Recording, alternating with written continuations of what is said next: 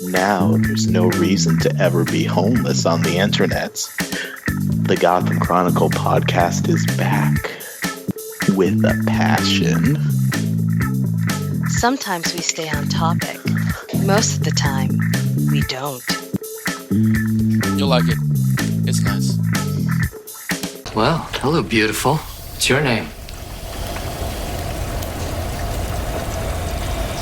Ivy. My name was Ivy. Freedom calls and Ivy. runs. The girl who never heard she couldn't do something. Watch out, world, 'cause here she comes, and she's bound to teach you more than one thing. Poison Ivy. He's coming into your town. The one no one can keep down. No, no, no, no. The one who's bound to be around. Whoa, whoa. Poison Ivy. He's coming into your world. A freckle-faced, red-haired girl you ought to know. So throw your life into her world. Dreams, dreams, like me and you. And yes, it seems she always makes her dreams come true. She loves trees and rolling seas, and the mountains please her more than toys do. Poison Ivy. He's coming into your town. The one no one can keep down. No, no, no, no. The one who's bound to be around. Whoa, whoa. Poison Ivy. He's coming into your world. A freckle-faced, red-haired girl you ought to know. So throw your life into her world. Dreams, dreams, like me and you. And yes, it seems she always makes her dreams come true. She loves trees and rolling seas, and the mountains please her more than toys do. Poison Ivy. He's coming into your town. The one no one can keep down. No, no, no, no. The one who's bound to be around. Whoa, whoa. Poison Ivy. He's coming into your world. A freckle-faced, red-haired girl you ought to know. So throw your life into her world. Poison Ivy. He's coming into your town. The one no one can keep down. No, no, no, no. The one who's bound to be around. Poison Ivy. Coming into your world. A freckle-faced, red-haired girl you ought to know. So throw your life into her. Poison Ivy. Coming into your town. The one no one can keep down. No, no, no, no. The one who's bound to be around. Poison Ivy.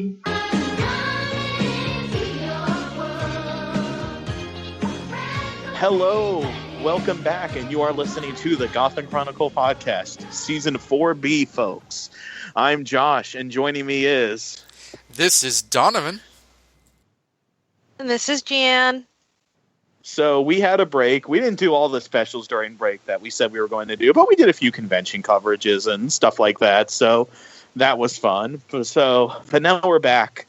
Gotham's back. Lots of shenanigans going on. Homeless cops and... You know, for Jason Ritter, I'll give him this carrot. A homeless butler, 70s style porn commercials, a new Ivy, Bullock and the prostitutes. You know, lots of stuff. But It's a really great time. A great time was had. But yeah, more homeless cop murders. You know, love triangles, love quadrangles. But before we get into all that, how was everybody's break? It was good. I mean, like as you say, you know, when we say we, you really mean you. Like you did some hustling in terms of the convention circuit. Some of that which people were able to hear about. But again, I mean, I think for me, coming back to this episode, it felt like there was a season-long break as opposed to just a hiatus. I didn't do anything. Well, it doesn't have to be for Gotham. Just how was your break in general?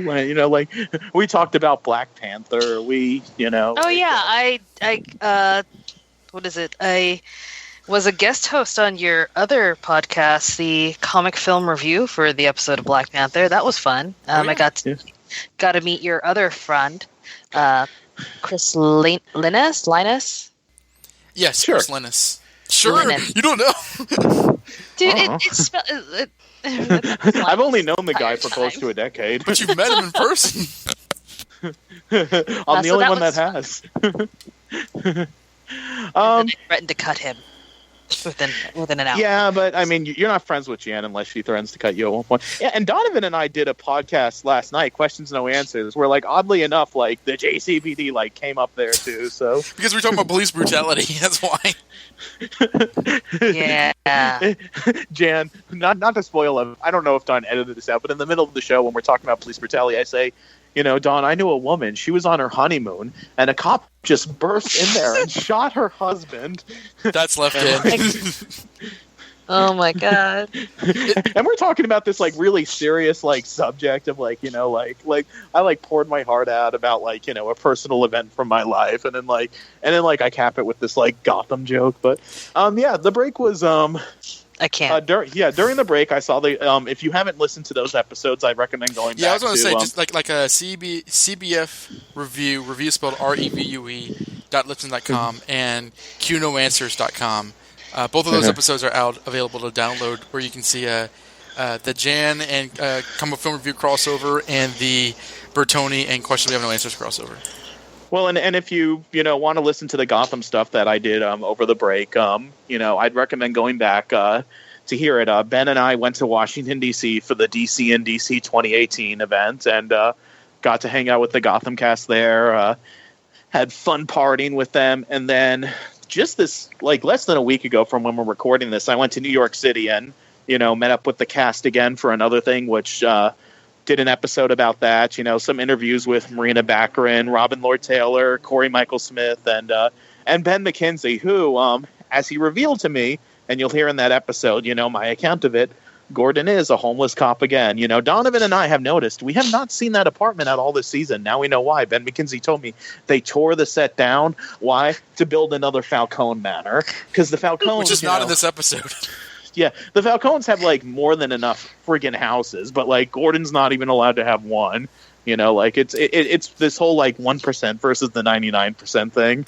So okay. He is the 1%. And 99% is the rest of the show taking his home for other sets. But why? Why? Well, the very first time that we talked to producers about it, they said that Gordon didn't have a home because they had to build an Arkham Asylum set. I was like, okay. 3 years ago. Well, budgets. Yeah, well, they said that they spent all their money on the Arkham Asylum set. I remember how happy Ben McKenzie was when he told me, "Great news, Gordon has a home in season 3." And class, in Stella was at the table with me where that happened. We saw it throughout season 3, but I was I remember I said to Ben, not Ben McKenzie, but the little Ben, I was I don't know, Ben, we haven't seen the house this season at all. Well, I remember in the show the dialogue. Who's laughing now, Benjamin? I remember. Wow. I remember Bruce saying, "So this is where you live." It was a big reveal, and now yes, never again. Yes, this is where I've lived the whole time that you knew me. Yeah. With my bounty hunter money. Of course. Oh god, that was such a bad storyline. That was a year ago. So we're back. A dinosaur story. Where to begin? Maggie Geha comes from her hungry caterpillar cocoon, and and becomes a beautiful butterfly named Peyton List.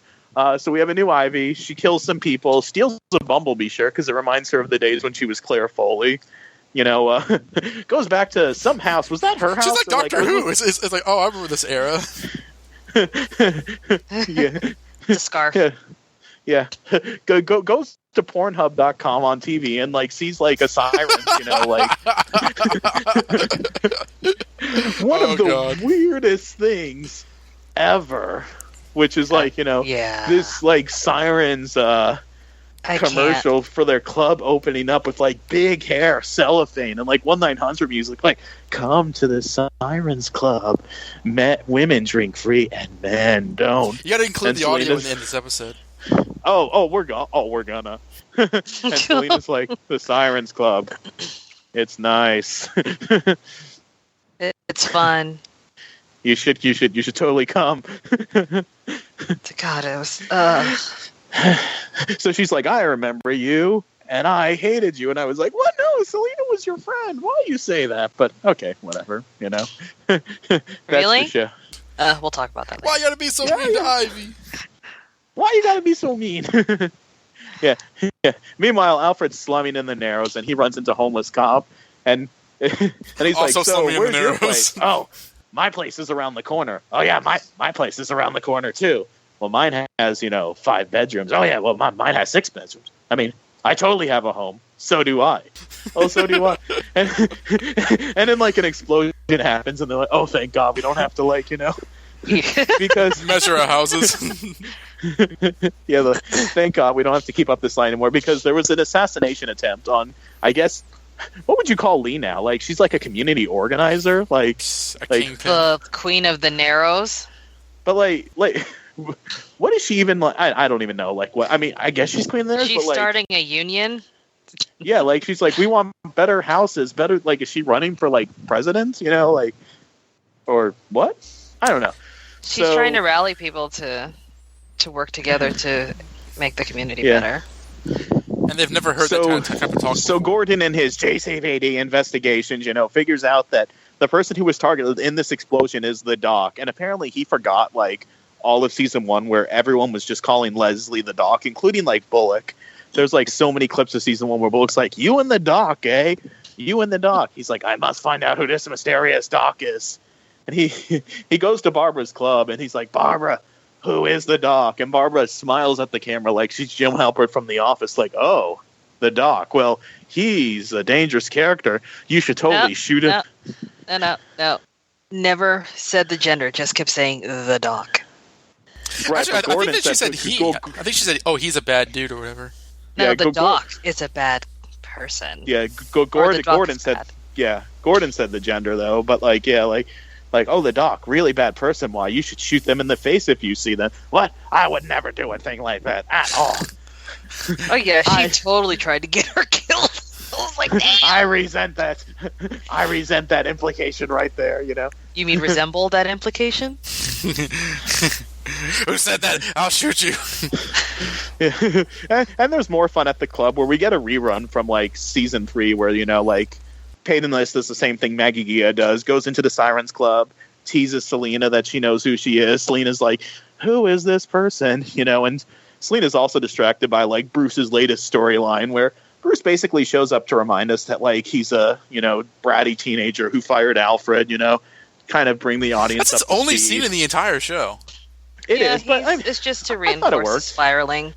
Yeah, it's to reinforce it and to like, I like scenes of him and Selena together. There's a lot of like, I mentioned, I think on Twitter that like this episode is a reunion of exes because you have Gordon and Lee, Gordon and Barbara, Bullock and Gordon, Selena and Bruce, Bullock and the prostitutes. Yes, Bullock and the prostitutes. Yeah, Bullock and the bar. Because like, is that the same bar that like he worked? No, at that's a different bar. Okay, because remember he had like a bar in season 2 for some reason. He owned that one though. And they do the exact same scene where it's like, come back to the cops. I like it here. Okay, only this time we don't have Sarah Essen to kill, so he won't. Oh yeah, man! I'm glad you're here to make me like realize that this episode isn't as good as I thought it was. That wasn't my intention, but like it is partly a clip show. Yeah. So Gordon finds his way to the investigates this whole thing, and eventually everyone winds up in the Narrows where he sees Lee, and they have the awkward reunion. She's like, "Hey, He's like, "Hey, how long have you been back?" "A little while." "Oh, you look good, Jim. I mean, you look the same, Jim." "Yeah." "How's Mario?" Are you serious? Nice. "What? I'm trying to be polite. How's that douchebag husband of yours?" "He's dead, Jim." "What? Who's the son of the bitch that killed him? I'll cut him." You mean shoot him? Shoot him. He doesn't cut people. Which Gordon does one scene later where the person who tried to kill Lee before is like running in an alley. Enigma goes to confront him, where he reveals that another ripped off plot. This time they ripped off the Ford Focus commercial. So Oh my god, it's true. Actually, that's a callback.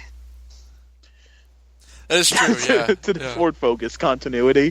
That Enigma hired this person, and he forgot that he hired this person. And they're talking in the alley, and Gordon sees him, and he's like, "Oh my gosh, he's got a gun, GCPD!" "Ah, I did it. I saved the day. Now to interrogate this witness." "Oh my gosh, he's dead."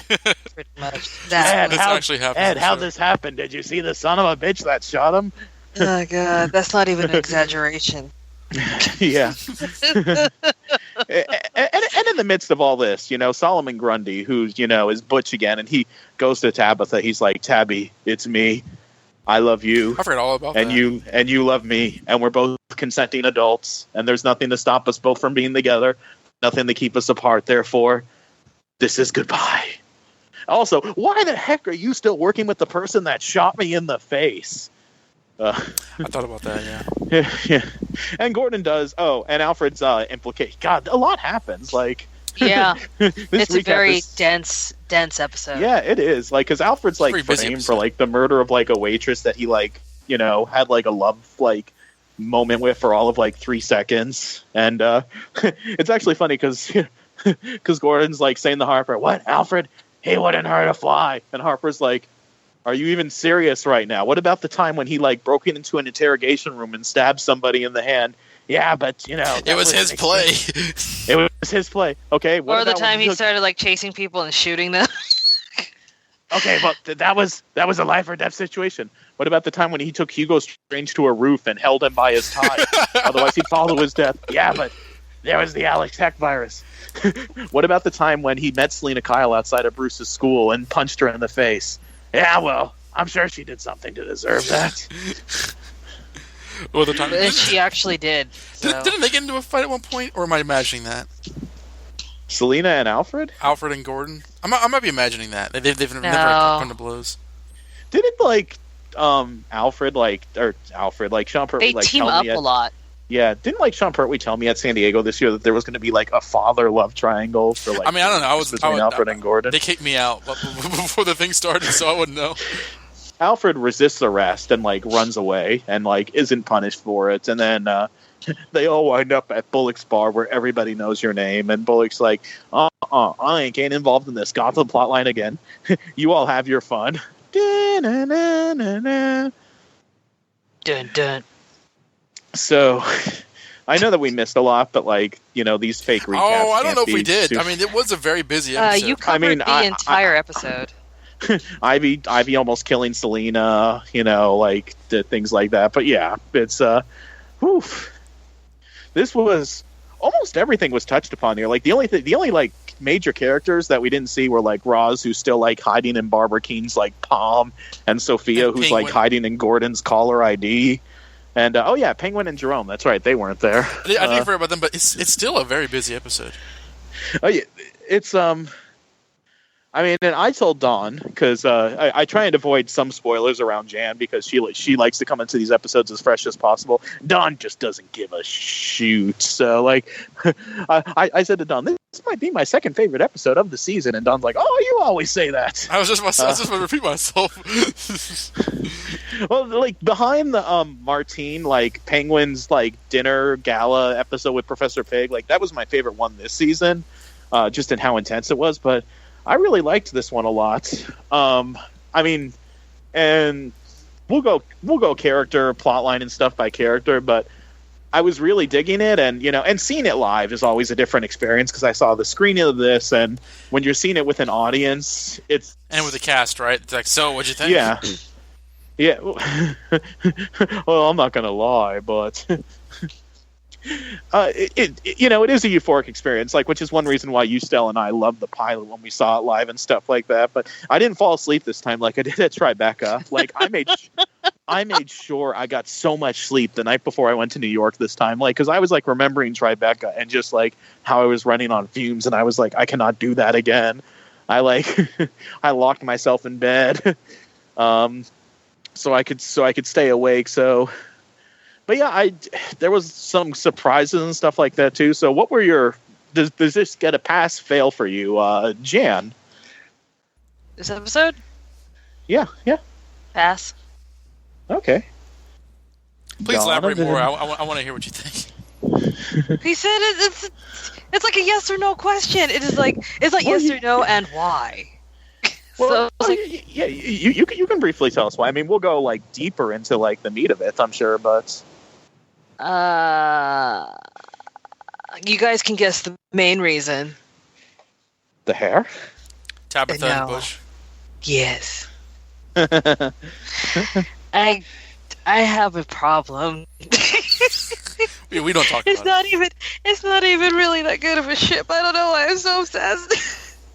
It's really weird because like their relationship like was not even like a healthy one for a while. Like it was still like not really a healthy one.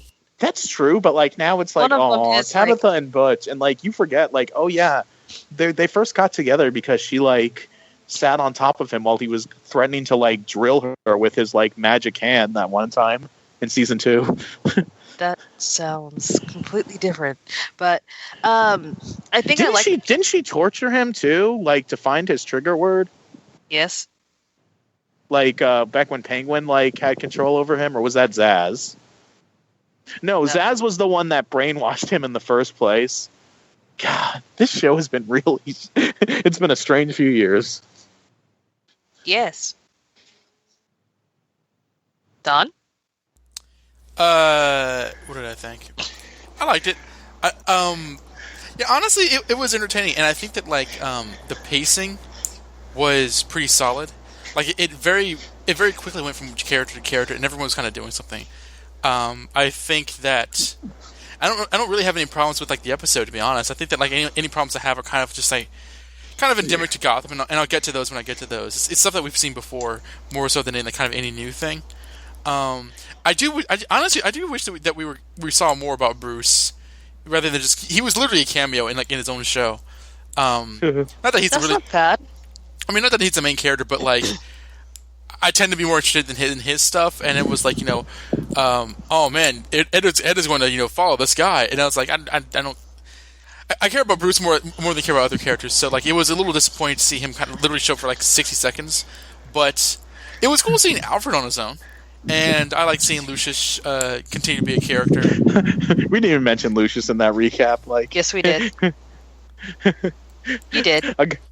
Oh, I did. Okay, yeah. Well, I mean, I get we'll cut get off. into that like that wacky scene with him, but like I dug this episode. I don't think that like it's this magical resurgence of quality, but like it was a fun episode. Quality hair care products, apparently, like some Aquanet Oh my was gosh. abused in this. I am never getting over that hair. I don't know. I mean, Don says to me last night, Jan's going to talk about the hair. I guarantee it. Like, Shut up! like you guys aren't going to talk about the hair. It was like really it's a bad. secret.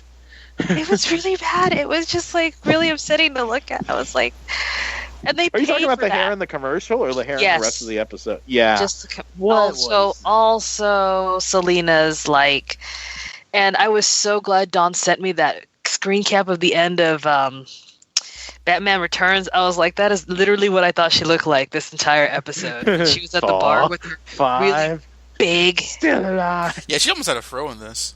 Yeah. I'm telling you, that Aquanet got abused this episode. I mean, I thought Holy heck. Penguin had ridiculous hair. Nope. A city of justice, a city of love, a city of hairspray. Also, for like everyone. the waitress character, I thought her hair was like something out of like the live action Grinch movie. Actually, Gordon, this is my new girlfriend, waitress from the 1950s. What were you said, Jen?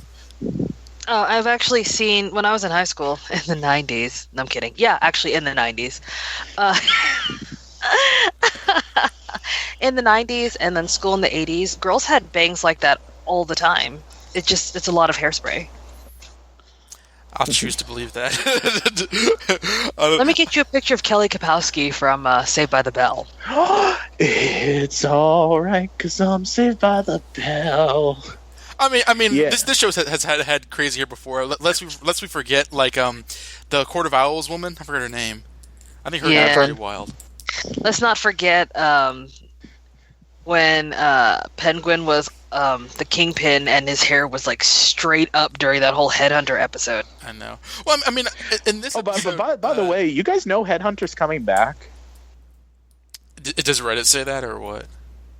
Like it's first a few months ago there was like pictures of him like on the set with an eye patch, which is weird because Penguin didn't stab him in the eye, like yeah. The second one was his signature, the second stab. Yeah, it's like there was pictures of him on set, and then like recently in the like Futon critic solicitations, like the actor it says so and so as Headhunter, so yeah, he's coming back. I'm so angry. So Does he come back as a white dude? I hope so. That'd be hilarious. Then maybe the like fanboys he died and came back white. My soul. What happened to my soul? Well, the revolving door of death on the show is like just like even Headhunter like doesn't get to stay dead, I guess.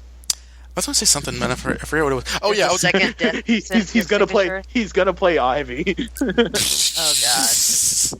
I was going to say that like of all the different haircuts and hairstyles, like Tabitha has a different hairstyle, but that looks like something that like human beings would actually do to themselves.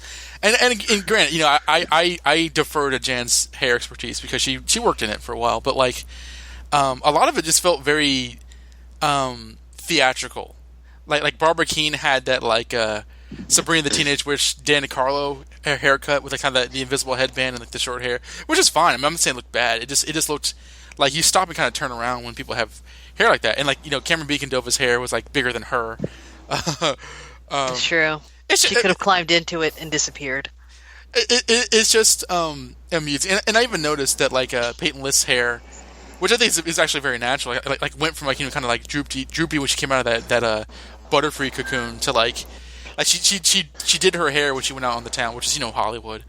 She's a Pokemon. She washed all the gunk out of it that was weighing it down. I mean, this Poison Ivy. I'm sorry. And then just curled it.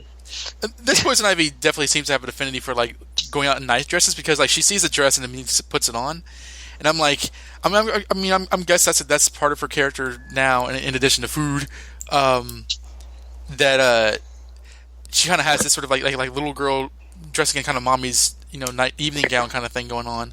Even though I don't think she's supposed to have that personality anymore. I mean, we can talk about that later on. Yeah. Actually, that is a good thing to talk about, though, is like the new Ivy, because that's one of the big things of this episode. We are on Ivy number 3, and I've just about, when this happened, like the news, I just about lost my patience with like, okay, yet another version of Ivy. Are we really doing this again? Like, because it's not like we even had a few years of Maggie Gia. Like, she was around for a season and a bit of change, and they were kind of just figuring out like to go for her, and then she's already being recasted. But I mean, I had said, you can hear those episodes that we did at the beginning of the season where I said that I liked her, and I liked her interaction with Penguin. I said, she's funny. I like her on the show, but she's not Ivy. And when I saw this episode, I was like, okay, this is Poison Ivy for me. Like, she's, and it's no offense to what Maggie Gia did or, Claire Foley, who it's just those girls were not Ivy and how they acted. I didn't feel like I was watching Poison Ivy on screen. Like, this person, the way she carries herself, Peyton List, like, she just, and again, I'm not blaming the actresses. It's just the direction and the writing that they were given for their characters, like she owns the room when she walks in. She's aggressive. She's the cock of the walk. She's like, she will eat you up and like spit you out. Where like, you know, Maggie Gia and like Claire Foley, you can like scare them away, you know, like a lion and a mouse or something. So I really dug what they did with Ivy in this episode, and I was not expecting that. My only real criticism of it is like, once again, we had like another scene, like, and again, it's only been a year and a few months since the last time they did the scene of like new Ivy going into the Sirens nightclub, toying with Selena being near Bruce saying, "What's with that girl? She's so familiar." Like, okay, we're doing this again. But yeah, so what do you both think of new Ivy? I thought her power was interesting. I'm sorry. I don't care what they do to her. It's just she's just really gross to me in general. Because of the because like, she's still a baby. Girl. She's still a baby, and they're trying to make her older and older, as if to try to erase the fact, like, let's just make her super sexy. Like her boobs are all out, her legs are all out, and ooh, look how sexy she is. But she's still a child, and it's still gross to me. And I personally can't get over it. I did think it was like really cool, like when she like put that the poison ivy in that guy with the touch. I thought that was awesome. Because of the way that she did it, and I still have an issue with her being so chemmy, but whatever. They're just like, oh, she just knows this stuff. She just knows how to do it. Oh yeah. And they never actually really. I know, like since season 1. Yeah. And then they never, not once do they even try to explain how she learns this stuff. She's like, oh, this plant is called this. How? How do you know that? You don't have any books laid out. You're not like watching TV or something. I'm super confused, but whatever. Yeah. She just touches a plant and then she knows things, I guess. She touches plants and she knows things. If Claire Foley was still on the show, like, how old, like, because she always looked like a little girl, but like, how old, like, would she be like as old as Cameron Beacondova is now? Like, because I guess, can we assume that had the original Ivy aged in real time, is she still a child trapped in a kid's body? I feel that like she would. I mean, I think one way or another she would still be underage. Like, she's 16 right probably. now. Yeah. Okay. So how old was she? Like, was it been 4 years? So she was like literally 12. Right. In So- that first season. Yeah. So Ivy is 16. And then they've aged her up to someone 20 years older than that. And then they're going to have her clawing all over. I think Peyton List is like 33. Yeah. 20 years older. And then they're going to have her pawing all over underage Davy Mazouz. And I'm not okay with any of this. I know they're the same age in character, but Well, I mean, visually it's still... yeah, I'm kind of leaning towards Jen too. I'm not.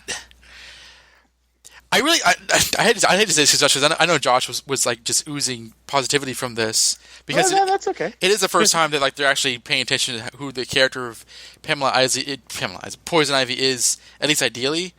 I really can't get there in terms of how they want me to react because it's a cheat.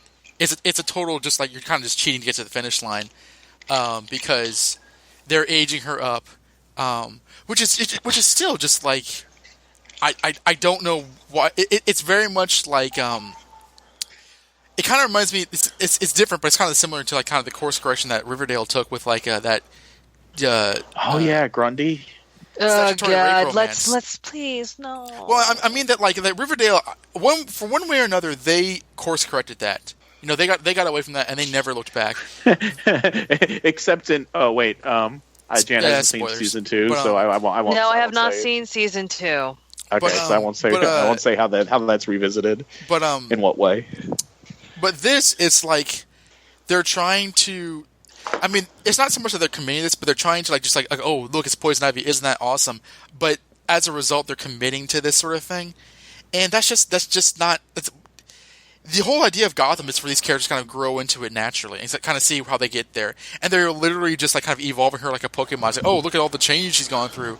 It's not character development. She's an Ivysaur. Ivysaur. Oh, God. Both of you. Davy Mazouz takes her to a Pokemon battle, you know. Like, Ivysaur. Oh, no, she's evolving. Maggie Gia has evolved into Peyton List. Venusaur.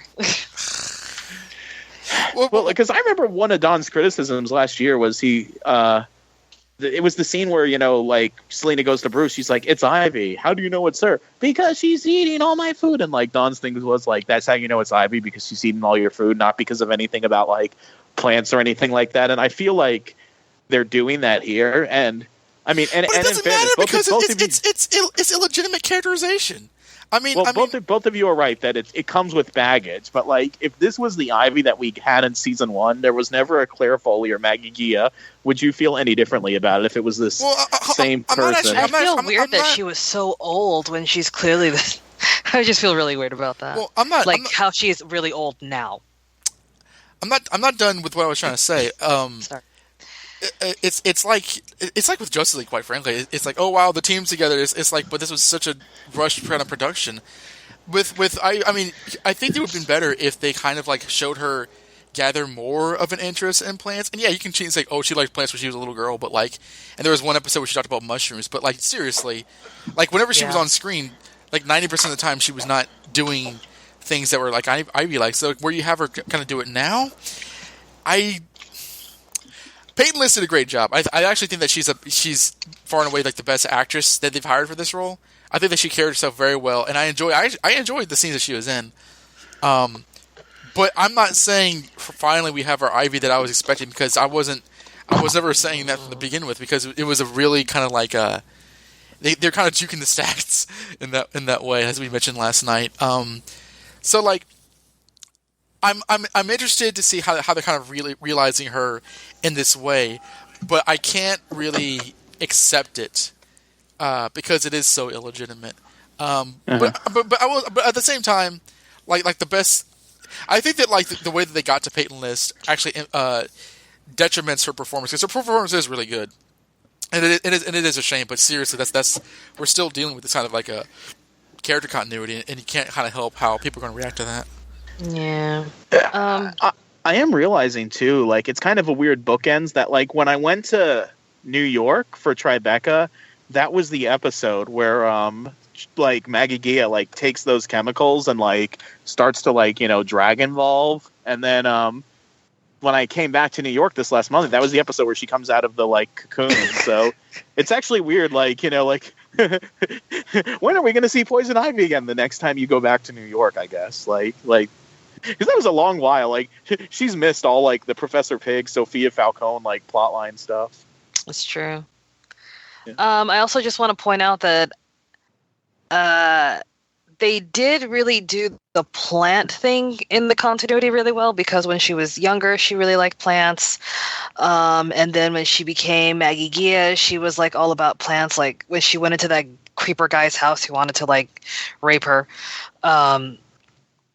she was like looking at his plants.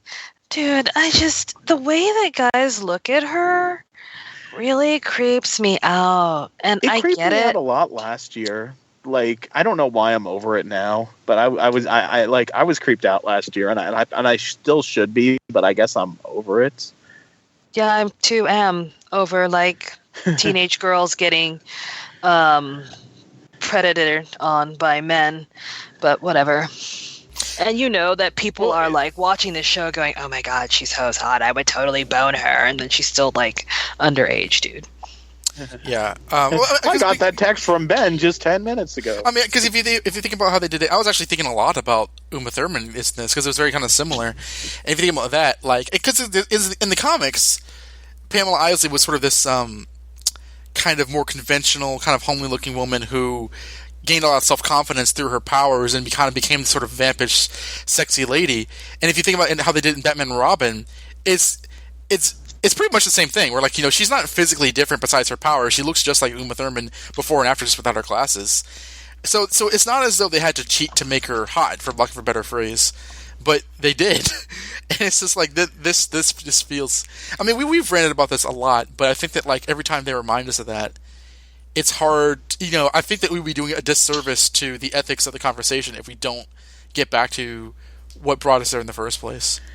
I guess it's because she was Claire Foley 2 actresses ago as opposed to 1 actress ago. Like, it's easier for me to, I don't want to say ignore it, because like nothing that you two were saying is not true, because like I totally had those same feelings last year, and like I can't really disagree with those feelings now. I'm just like, well, there is distance between last year and this year. It's because there's so much distance, and because I don't know, like I'm ready to just accept the fact that like we're not getting like a BS like, you know, Ivy anymore. That like we're getting, you know, someone who's not like a buffoon, and I liked. It took me a while to have Maggie Gia grow on me, because like they weren't really sure what to do with her, but like once she started teaming up with Penguin and was this like, you know, Miss Tessmacher sidekick, I was like, oh, this is fun. This isn't Ivy though. Yeah, it was still kind of betrayal though. I mean, like I don't think they've ever. I think that like this is the first time they seem to have an idea of what to do with her, because Claire Foley hardly appeared in the show. Maggie Gia hardly appeared in the show. I mean, she really did barely. I mean, she was gone for like 4 episodes. It was really weird. So like, it's not as though Poison Ivy is a character that they've ever seriously committed to.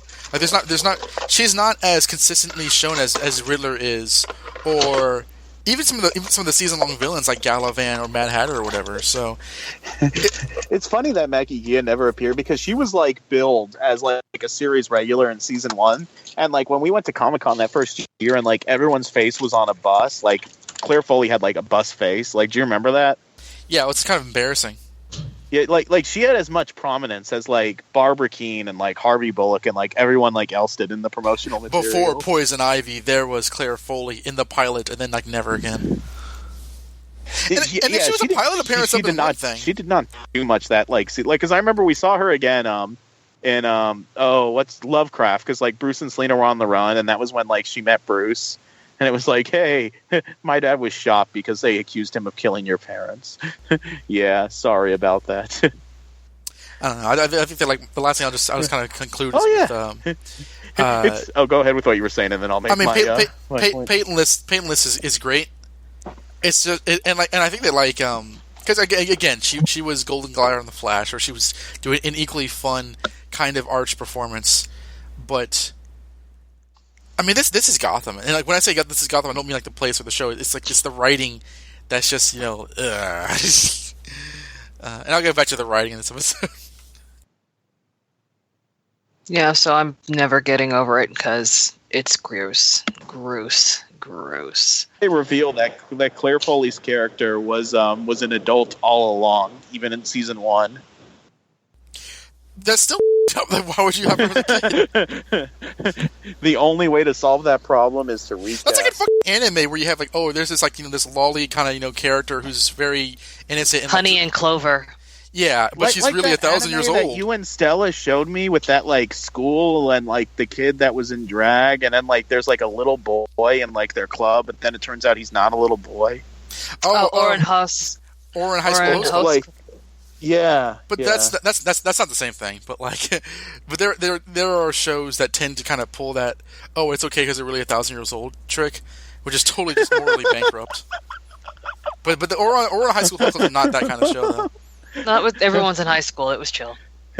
So, speaking of Claire Foley, like when like the thought hit me recently because of how far removed we are from those days. Like when Ivy is like at that club and like Barbara and like Celine and Tabitha like, you should leave. It's like Ivy should be like, remember the days when like when you came home to your house all drunk and Celine and I were eating cereal because we crashed at your house and we were like besties. Like I totally forgot that like that was a thing that like.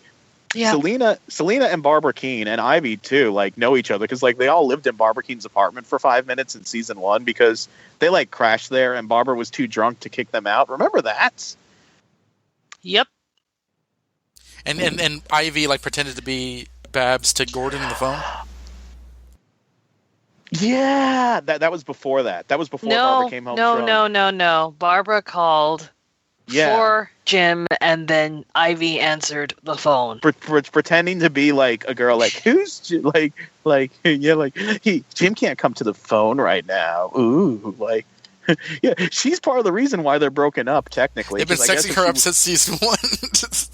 Because I guess we can ask ourselves, like, and it's almost not worth it to ask, but I mean, the thought is already halfway there, so I'm just going to let it gestate, you know, like, had Ivy not, like, done that, basically cock-blocked them, would Barbara have gotten in touch with Jim and would they have been able to reconcile before he and Lee got together, basically altering like the course of the last few seasons. Barbara's parents would still be alive. She never would have been kidnapped by the ogre. I guess there'd be no Sirens nightclub. The whole Galavan thing would have turned out differently. Like, dang, Ivy's gone and screwed up the timeline. Like, I mean, I'm like squinting to kind of see in the back of my mind all those sequences of it. That really was a long time ago. That was a long time ago. Like, it's like, yeah, like when I see Barbara and like Selena now, like teaming up, like owning a nightclub together, it's like, oh yeah, you two first met because like you were squatting at her apartment and she was too drunk to kick you out. Like, remember that scene in season 1 where like Barbara's getting Selena ready for her like date with Bruce, and she's like telling her like use your sexuality to like mess with men, and Selena's like, aren't you single and alone? Yes. Which is interesting because like we should probably move on very soon, but like Selena Kyle does that as an adult, but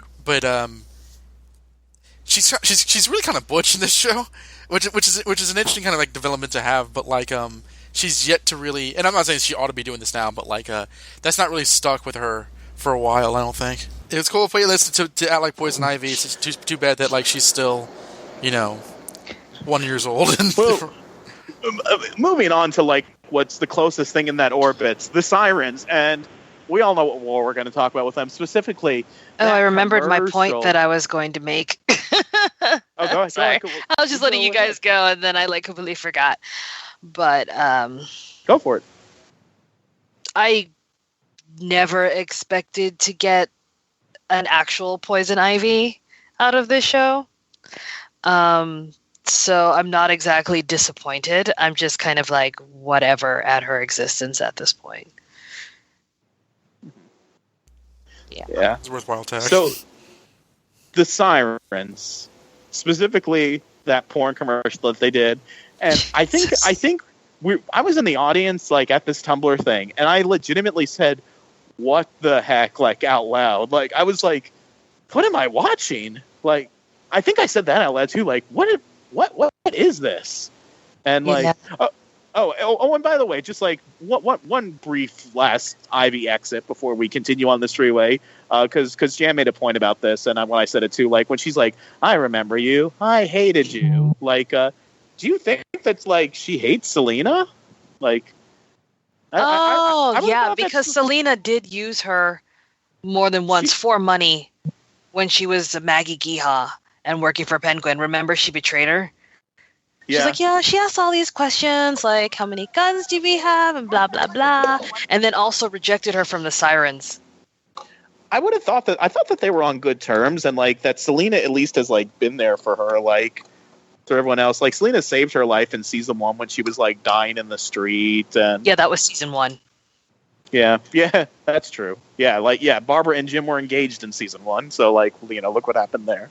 Yeah, but in the last season, she's used her, and then she did say don't hurt her, but that was about it.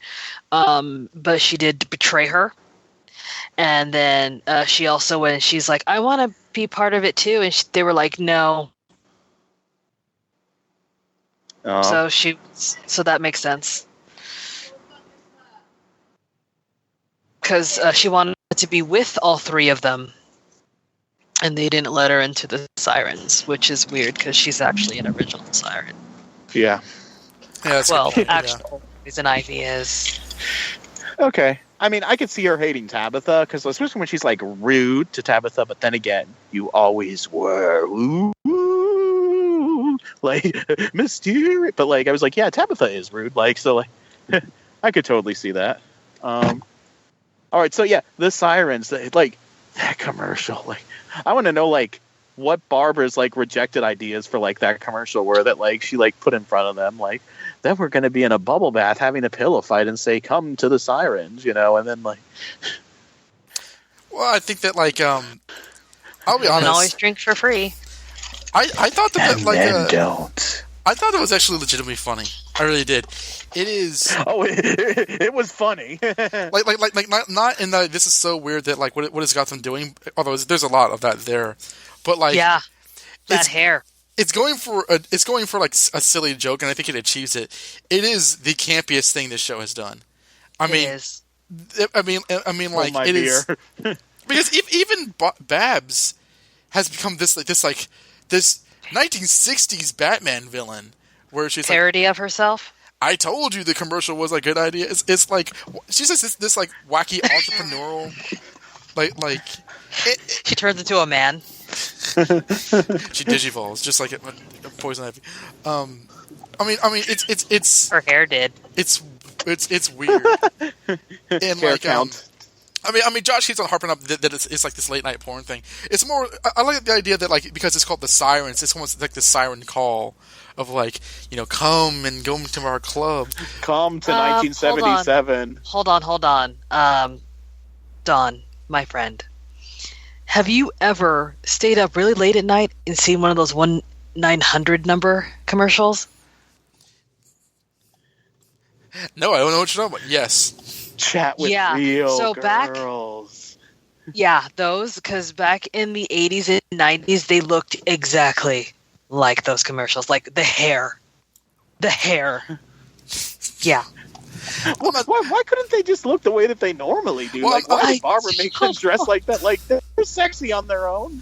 Well, I'm not saying that there's no connection between that and this, but I'm saying like this didn't air at like 10:30 p.m. This was like on like presumably during the daytime. So it's like, why is this like low quality commercial for a highfalutin nightclub this bad looking? Yeah, but it worked. People probably showed up. It's like, what the hell? I just need to go to this place where people look this ridiculous. Bruce and his like bro friends are like watched it like that afternoon before going there. Like, dude, we should go to that club. And then like Bruce like points to Lena like, hey, you see that girl there? I totally did her. No, you didn't. Okay, but I dated her. Well, that's the thing, because Bruce Wayne clearly would have seen that commercial and thought it's a good idea for me to go to this club where like known criminals are. It's like, the hell is he? Oh, actually, I don't think he saw the commercial because like Selena like was like, oh no, I'm a partner here now. Like, so I guess he would have known that had he seen the commercial. Like, maybe Tommy Elliott saw the commercial. Yeah, with his new actor. Yeah, because he was surprised. I need to see more of that. A new actor too. Like everyone's taking those poison ivy chemicals and like coming out a new actor. Oh, hold on, Scarecrow's coming back as a new actor too. So. Yeah. That's he's currently gestating in his Pokemon womb. The Pokeballs of new actors. Yeah, like Jada Pinkett Smith. You gotta bring her back. Like Jada Pinkett Smith comes back as like Kerry Washington for some reason. I was going to say Angela Bass. The Sirens and their club. And then Bruce was there. And then you saw, like, the Bruce and Selena-ness. The Bruce and... Yeah, that... and it was just like Catwoman #1. Oh, my God. No. God, they're babies. Why would you do that? I'm being a dick. But they're not... Like, I didn't need that mental image. I'm going to jail. And Cameron's also like 18 now, so like when I saw her in that commercial, I'm like, okay, like they're sexualizing her, but they're not like sexualizing her, if that makes sense. Like she's not like it's not like Poison Ivy. Yeah, like she's not like Poison Ivy, but like it was like weird. I'm like, she's 18, so like can they? No, that have was the actors fine. in these situations now. I mean, I don't think I had it a was question about that. inappropriate, but I had a like question about that because how old is Selena Kyle in this show? they gave her age last season. I remember during the whole treasure hunt storyline, and I don't remember what they said. Because you don't remember the treasure hunt storyline. Because that storyline I'll bleep it out. That storyline sucks. Like, Wow. The crystal owl, and when the light shines on it, it reveals the map to the other crystal owl. The fighting hellfish bonanza. And then like Selena's mysterious mom like showed up, and like, oh yeah, that was. I enjoyed lots of things about season 3, but man, did season 3 have some like waste of time storylines? Like, at least it wasn't Mad Hatter, but like I think he'll be back too. I think that like please don't. Please. I'm sorry, Jan. He is coming back. Like that's confirmed. He's in a storyline at the end of the season. I feel like you guys can hear me, right? Yeah. It's been hard to talk tonight. I just want to cry. The thing is that, like, I mean, yeah, the commercial is sleazy, but like I think that's the kind of the joke, and Gotham has been sleazier, so like I think it was kind of arch campy like sleazy. So I mean, it's very questionable, and it's like how did how did Babs twist their arms to do that? And like I like she says, "I told you this was a good idea." It's like it's such a cartoon, so I thought it was fun. Well, and Tabitha says, "You're never getting me on camera again." Like that was Tabitha's problem. Being filmed, not being filmed like in that ridiculous getup, not the script, not the hair, not the sexualization. Wasn't she involved doesn't in like a Gallivant cameras. plot where all the cameras were gathered at that one club? I don't know what that was. Like it's kind of one of those things where like she's so far removed from her original storyline where she was like part of this like death cult that was supposed to sacrifice Bruce Wayne. It's like, oh yeah, now she's a nightclub owner. Like I totally forgot she was like a part of some weird religious death cult. The answer might be no. Are she and Babs implied to be like together again or not? No, they're just working together. Yeah, I don't get that sense that they're together that way again, especially after like their reunion at the beginning of the season. I mean, it's been so much distance that I wasn't aware of anything. Yeah, we've had a lot of breaks, but yeah, I like the Selena Bruce scene. The Barbara Jim scene was, I don't know. It's like Batman Forever. I ship them, but I only ship them because of like continuity. Like there's that. There's that. You ship part them of for the my- ferocious sex that Fox will never show. It's like All I know is that I ship I them do because love- Barbara Gordon needs to be created. Go ahead, Jen. she doesn't need to be created in this continuity. they can always would be nice. have a child mutate into Barbara Gordon. They turn them. Yeah, like they'll just throw Peyton List into a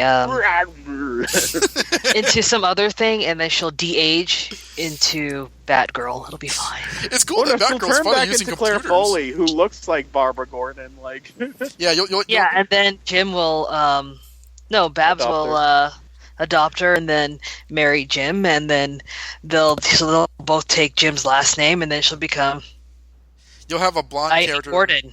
You'll have a blonde character with furry eyebrows say, "I like computers," and you're like, "Oh, it's awesome that Batgirl is becoming Oracle," and it's like, "But this is not Barbara Gordon." I'm gonna throw up.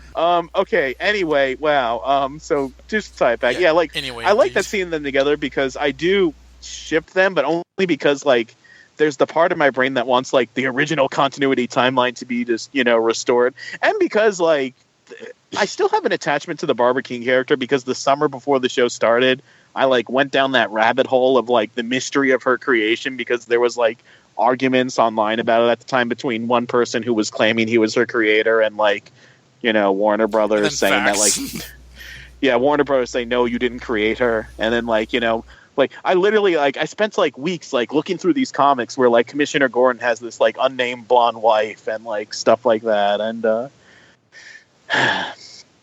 good times. But Yeah. but it also makes me sad though that he's like so mean to her. She's like, "Oh, Jim, I'm good with all my exes. Don't include me in that." But like, I can't say that I blame him because I don't know. She did try and like. It makes you destroy the- sad. We hated her character in season 1. Yeah, but no, it was a love. He loved her character in season 1. Go back and listen. He's loved her consistently since the beginning. Jan And his knows. excuse is always, I did like 2 weeks of research on her.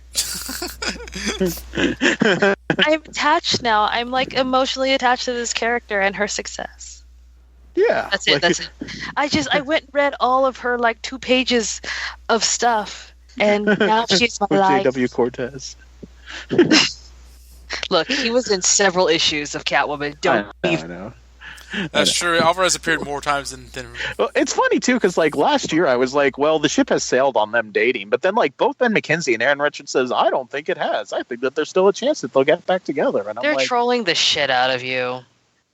they've listened to the podcast. They're like, he's gonna troll us. We're gonna troll him. No, they're trolling the shit out of like everybody I mean, because they know they have to know I mean, that they have this- a child who's Batgirl at this this point. Gordon has slept with his ex-fiance's husband's sister, his husband who he killed. Like so. Technically, he has slept with his ex's husband's killer because he does sleep with himself. Yes. Way to round that around, Jan. Nice circular logic. You're welcome. Technically, he sleeps with himself. Yes, in his bed that he has at his home. Yeah, he does the thing from Silence of the Lambs in the mirror. He's like, I me. What did you think? What did you think of the Jim and Barbara like reunion scene? I thought it was fun, actually. I mean, it felt like old school Barbara, like old school opening of season 2 Barbara. Yeah. She had the crazy face back because, like, for the whole first half of the season, she was like very zen and very chill. But like this episode, she's like, "Hey, ha, her." I was like, "Dude, you're doing the weird faces again." We were Kind doing of good. twitchy eye and stuff. We were doing good the entire first half of the season, and then her face had a stroke, I guess, in the middle of the scene. That's a good point. Yeah. She wasn't acting like this. Now she is totally like season 3 Babs Keen. Yeah. I actually didn't think about that. Yeah, because she was all zen at the beginning of season 4. Yeah. And Aaron Richards was telling me over the summer, oh, Barbara's changed, and we think that Jim might be surprised. Yeah, Barbara hasn't changed. And then she went back into her gestation womb like Poison Ivy and became listen to that Comic-Con interview. She's like, Barbara's changed, and we think that Jim will be pleased with the change, and maybe it's how they'll get back together. Like, yeah, that happened. Yeah, she trolled you. Yeah, she was trolling you hard. Why does the cast troll me? I've been nothing but nice to them for all these years, and I've never made fun of them. I mean, I don't think that like probably because you like swing the comics around so much, and they should at this point have an idea of what fans want, or like what fans expect. Fans don't know what they want. Like comic book fans, anyway. So I mean, I'm not saying that they sit around and like Google what people say, but like things get to them. I don't think Aaron Richards had seen those comics, because when I showed those to her and Tribeca, she was like legitimately surprised. I mean, they're golden. Although She's like, how could she? She goes to the dime store all the time. What I was gonna say is that I don't think it's outside the realm of possibility. It's nowhere near the outside the realm of possibility for Jim and her to sleep together again, because that's what I was talking about. But like, it would be interesting for her to carry a baby to term and give birth to his child. Like that takes like obviously that takes commitment, but like she would not be able to raise his child and like live a normal happy life because she's a crime boss. So what would bring her to that point? And is that the point where we're recast like a soap opera? I don't know. I mean, like I would have thought if they were. Go ahead, Jen. If the Penguin can have a son. Oh. That's all I'm going to say. Like a beautiful, perfect child like Martine. That wasn't his. That was Sophia's. It was his son. Sophia was just it wasn't Sophia's son. It was there was an orphanage. But Penguin wanted nothing to do with it. He just kind of used him for a means and end, and then like he fell in love as an unforeseen consequence. Yeah, he had a son. I will fight. Don't yell at me about that. I watched the show. I will fight you. He was like one step away from like adopting him. Penguin Robin. Well, and he'll be back. That was revealed in the interviews. I'm so excited. I can't believe you're bringing that character back. I feel like this entire... Well, no, in fairness, there is a storyline reason, because Penguin's like in jail for his murder. So if he comes back and says, "Hey, I'm alive," like that is the... I feel that's the kiss of death, though. I really do. I feel that like he escaped the show, and now that he's coming back, it's like, well, his enemies will see that he's back, so Sophia will kill him, or Gordon will kill him, or I don't know. I don't know if Sophia will kill him, because she was like super surprised when he blew up the thing. Yeah. No, I feel like his storyline was over until Penguin was arrested for his murder. Like, I thought that was his...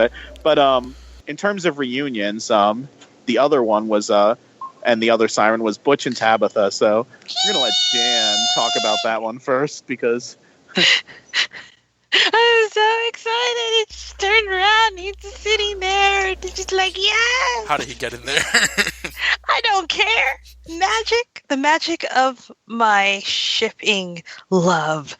That's how he got into the room. I willed him into the room so they could be together. There. Mystery solved. And I was like super happy with that. He's all like, "I love you." And I was like, "Yes." And then she just stared blankly at him for like 10 minutes, and I was like, this is fine. This is fine. I do agree with Josh where it's like, I love you, Tabby. I never lied about that. And he's like, and now I must go. And she knows where to find him. So it was that kind of thing where like I don't know if at the time they wrote the script they knew where that was going, but For me, oh, go ahead. well, I mean, I was just going to say that like actually, you know what? I'm going to keep my mouth shut because I was going to say that previously I wasn't aware of how intense their relationship was, but then I got shit on for 40 minutes by the two of you, so I'll just clam up and say I'm wondering where their relationship. I kind of just felt like it was him saying, because you guys are like, yeah, it's like, I love you, goodbye, and I'm like, well, she just stared at him. She still can't say it. I mean, she clearly has these feelings. She did a shit ton of stuff to get him back to the way that get his memory back, because she clearly has feelings for him, and he can talk. He's a talker. When he has emotions, he talks about them. And she's a doer. She displays how she feels. So that's like two different ways. But also for me, that whole scene was more like, hey, I got my memory back. I remember I love you. And then, like, of course, that's just him letting her know that it worked. And then she's just, and I feel like she wasn't thinking that far ahead. She's like, I just need to fix him. I just need him to remember me. I just need him to love me again. But she didn't really think of like, oh God, now I have to do stuff. You know what I mean? Because this entire, like, during the whole other season, she had the buffer that was Babs in between them, because she was using like Babs as like a reason for them not to really be alone, and then she was finally gonna go off alone with him, and then Babs shot him in the head, and then she fell back in with Babs, which was like a familiar thing, even though she didn't trust her or like her. It was a familiar trap to fall into, and then she sees Butch and she has all these emotions, fixes him, and then it's like, what do I do? I don't know, because like she was saying, like she doesn't know how to. She knows how to do. She was saying that in interview that she knows how to do like loyalty, but she doesn't know how to do like love. So I feel like she's still figuring it out. To me, that makes sense. That's impressive. I'm impressed because that is. I just feel like she was. I feel like she was just taken aback and like surprised at everything, and just needed to process it and didn't know like. But I mean, I made fun of that scene because it's like, I don't know, like I feel like Butch was like walking away like, but you can't be with me because I'm a monster, even though like he's the same as Drew Cow. His skin is just bleached and he has an extra hand. Like, dude, you're fine. You don't have 3 eyes, or like anything like that. Like, as long as you also have to remember all the stuff that he went through. He's not human anymore. Is he though? Is he human where it counts for Tabitha? Only one way to find out. Let's pop open that chalk white. Tonight's the night. I don't think Tabitha would have a problem with that. I just think he's not very comfortable because he died and came back. I guess, but like, yeah, because like she even like made out with him to try and like get his memory back. So like, it's clear that like she loves him, he loves her, and I made fun of it because it's like the Marvel Silver Age where like. People will just like find reasons like not to be together, and I mean I'm sure like, it probably has to do with status too. But I am waiting for him to like status. I was waiting for him to status, as in like he's in the Narrows with Nigma and Lee. Come on, that's weak. Like he can't just like walk out of there. She was eating out of pizza boxes in a tiny apartment. Yeah, like what I'm saying is because of who they're allied with, like status, not like money status, but like because of who they're allied with and like territory. Oh, you mean allies? Yeah, well, I don't buy that for it. That's not realistic to me at all. Well, Same. Donovan, it's not a very realistic show. I mean, when Jim was getting into it, it was actually making way more sense than I can even imagine the show thought to kind of imply in it. Like, I was like, that's a very detailed, kind of like categorically consistent with the characters. Which means that it must not be what the show did. Well, that was mostly because it was based off the interview. Because when we had that whole argument with you, you found that article where she was like, well, she doesn't really understand what love is at that point when we were coming at you. But like after that whole season of stuff, we're just sitting there like, I mean, and he's also still figuring his shit out because Yeah. for whatever reason he's pretending to still be Grundy to like Nigma and Lee, and so I mean, why is he pretending? I don't know, but I mean, I think he's just taking this all in, and it's easier. He has an advantage up his sleeve if he plays dumb right now, as opposed to revealing himself. So there is that, but. I want to see how that plays out. I would have liked him to say, "Why are you still with Barbara?" Like, because that would be my question. Like, I don't know. Like, if I don't think he felt it was important. if I was murdered by like Stella and you guys knew that, and then like I came back from the dead and you guys and I found out that like you two and Stella like opened up a nightclub together. First of all, I'd be pissed at Stella for murdering me, but like, you know, well, so it's like when Gordon said to Ed or to Leslie, like, "Why are you with Ed?" She's like, "Why not?" And he didn't say because Kristen Kringle.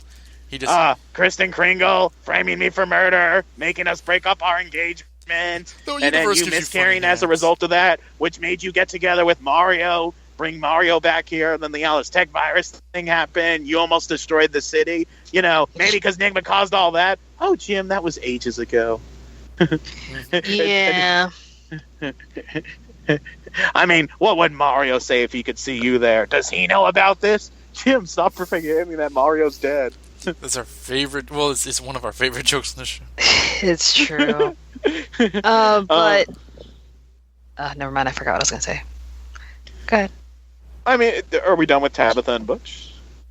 It was like a 5-minute scene.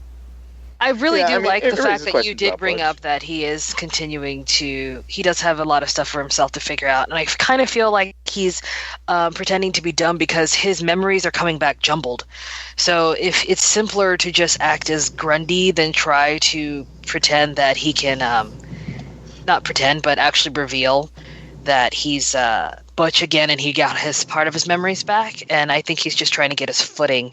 And then one of the main things, like he said, one of the things I remember the strongest is that I still love you, and he just had to tell her because he loves her so much. I wonder if he still has his strength or if he has to be dumb to have his strength, which I know is a stupid question, but like, no, that's a legit question though.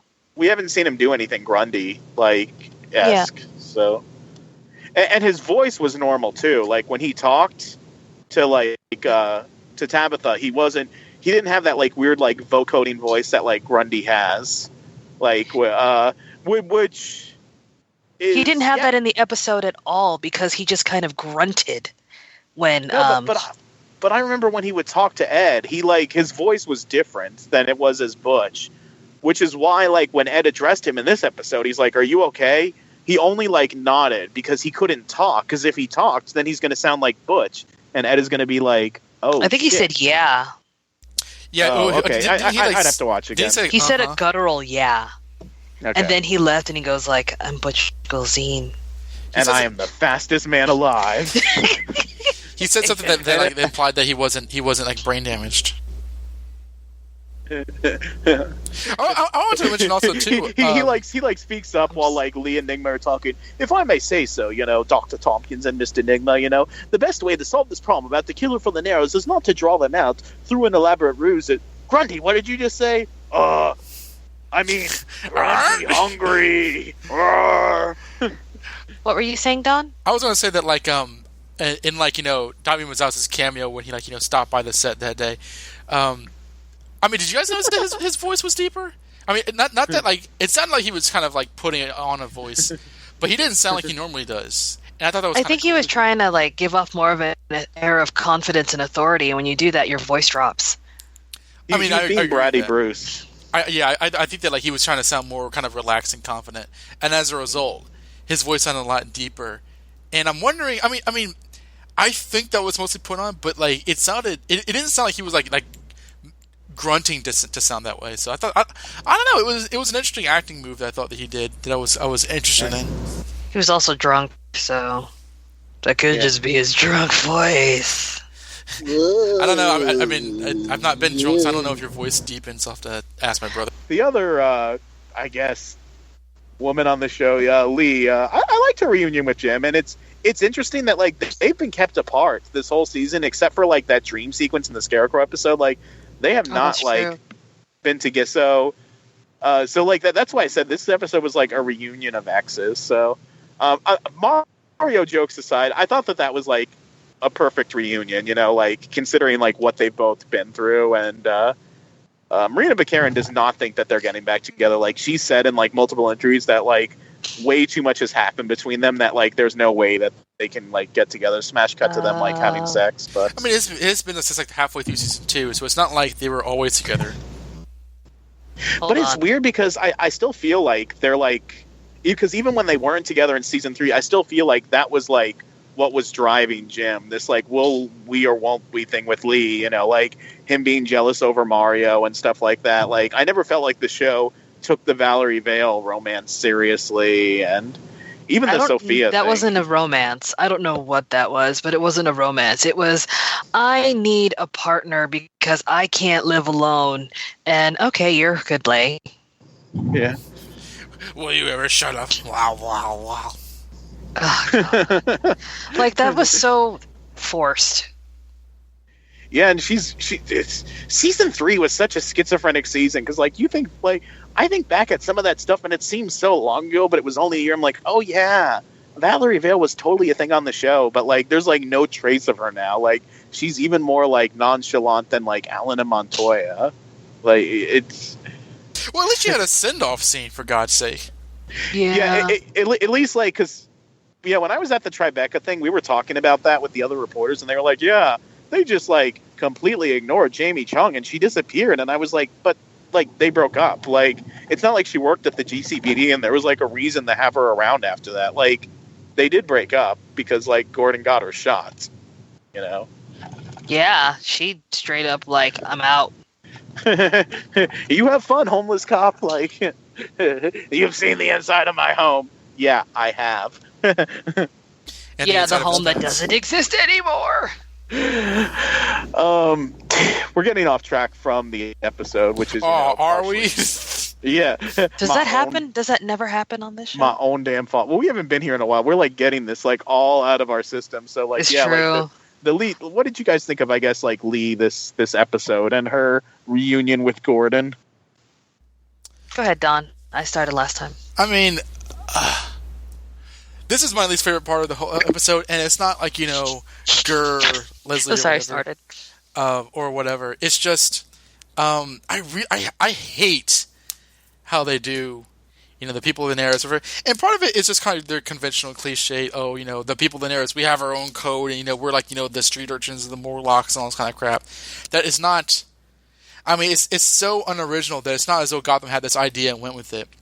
That's not the Narrows in the comics? The Narrows don't exist in the comics. The Narrows were an invention from Christopher Nolan and David Goyer.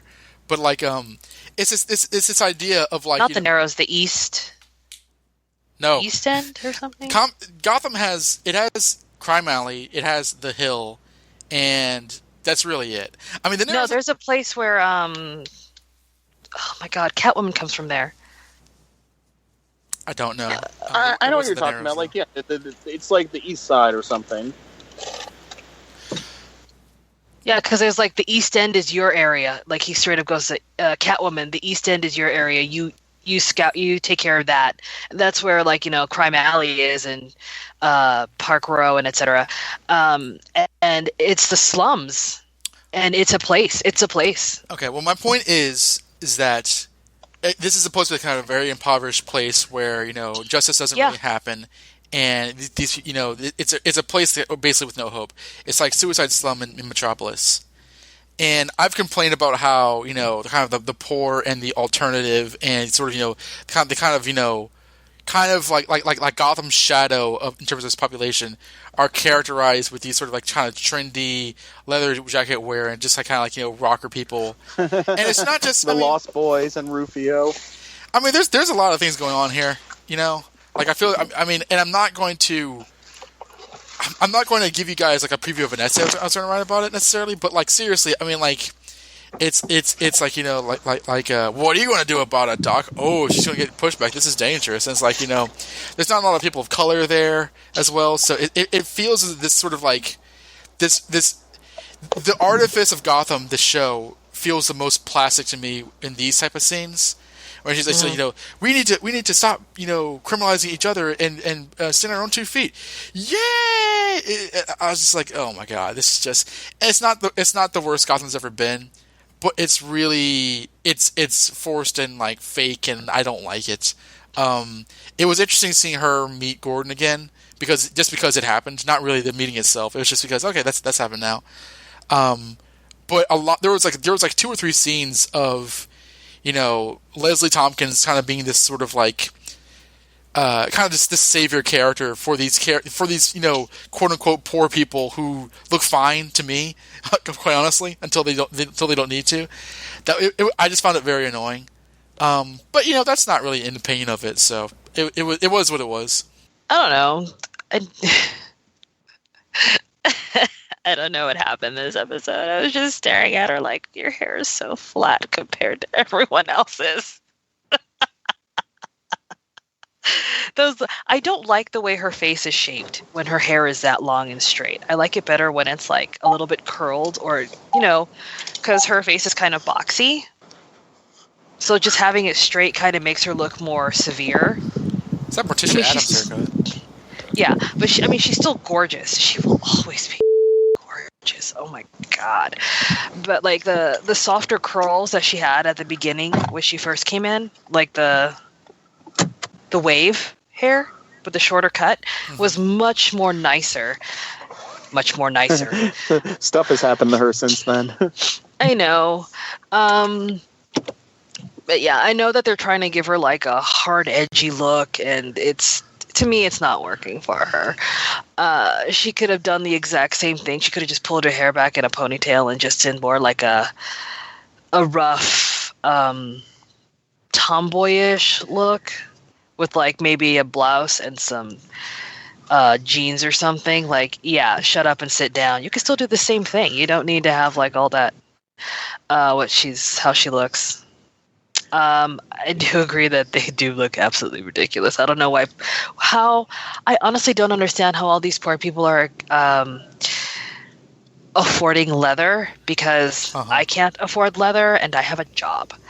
Well, I could, but then you'd have to like... They steal it from people like Alfred, you know? Oh, okay.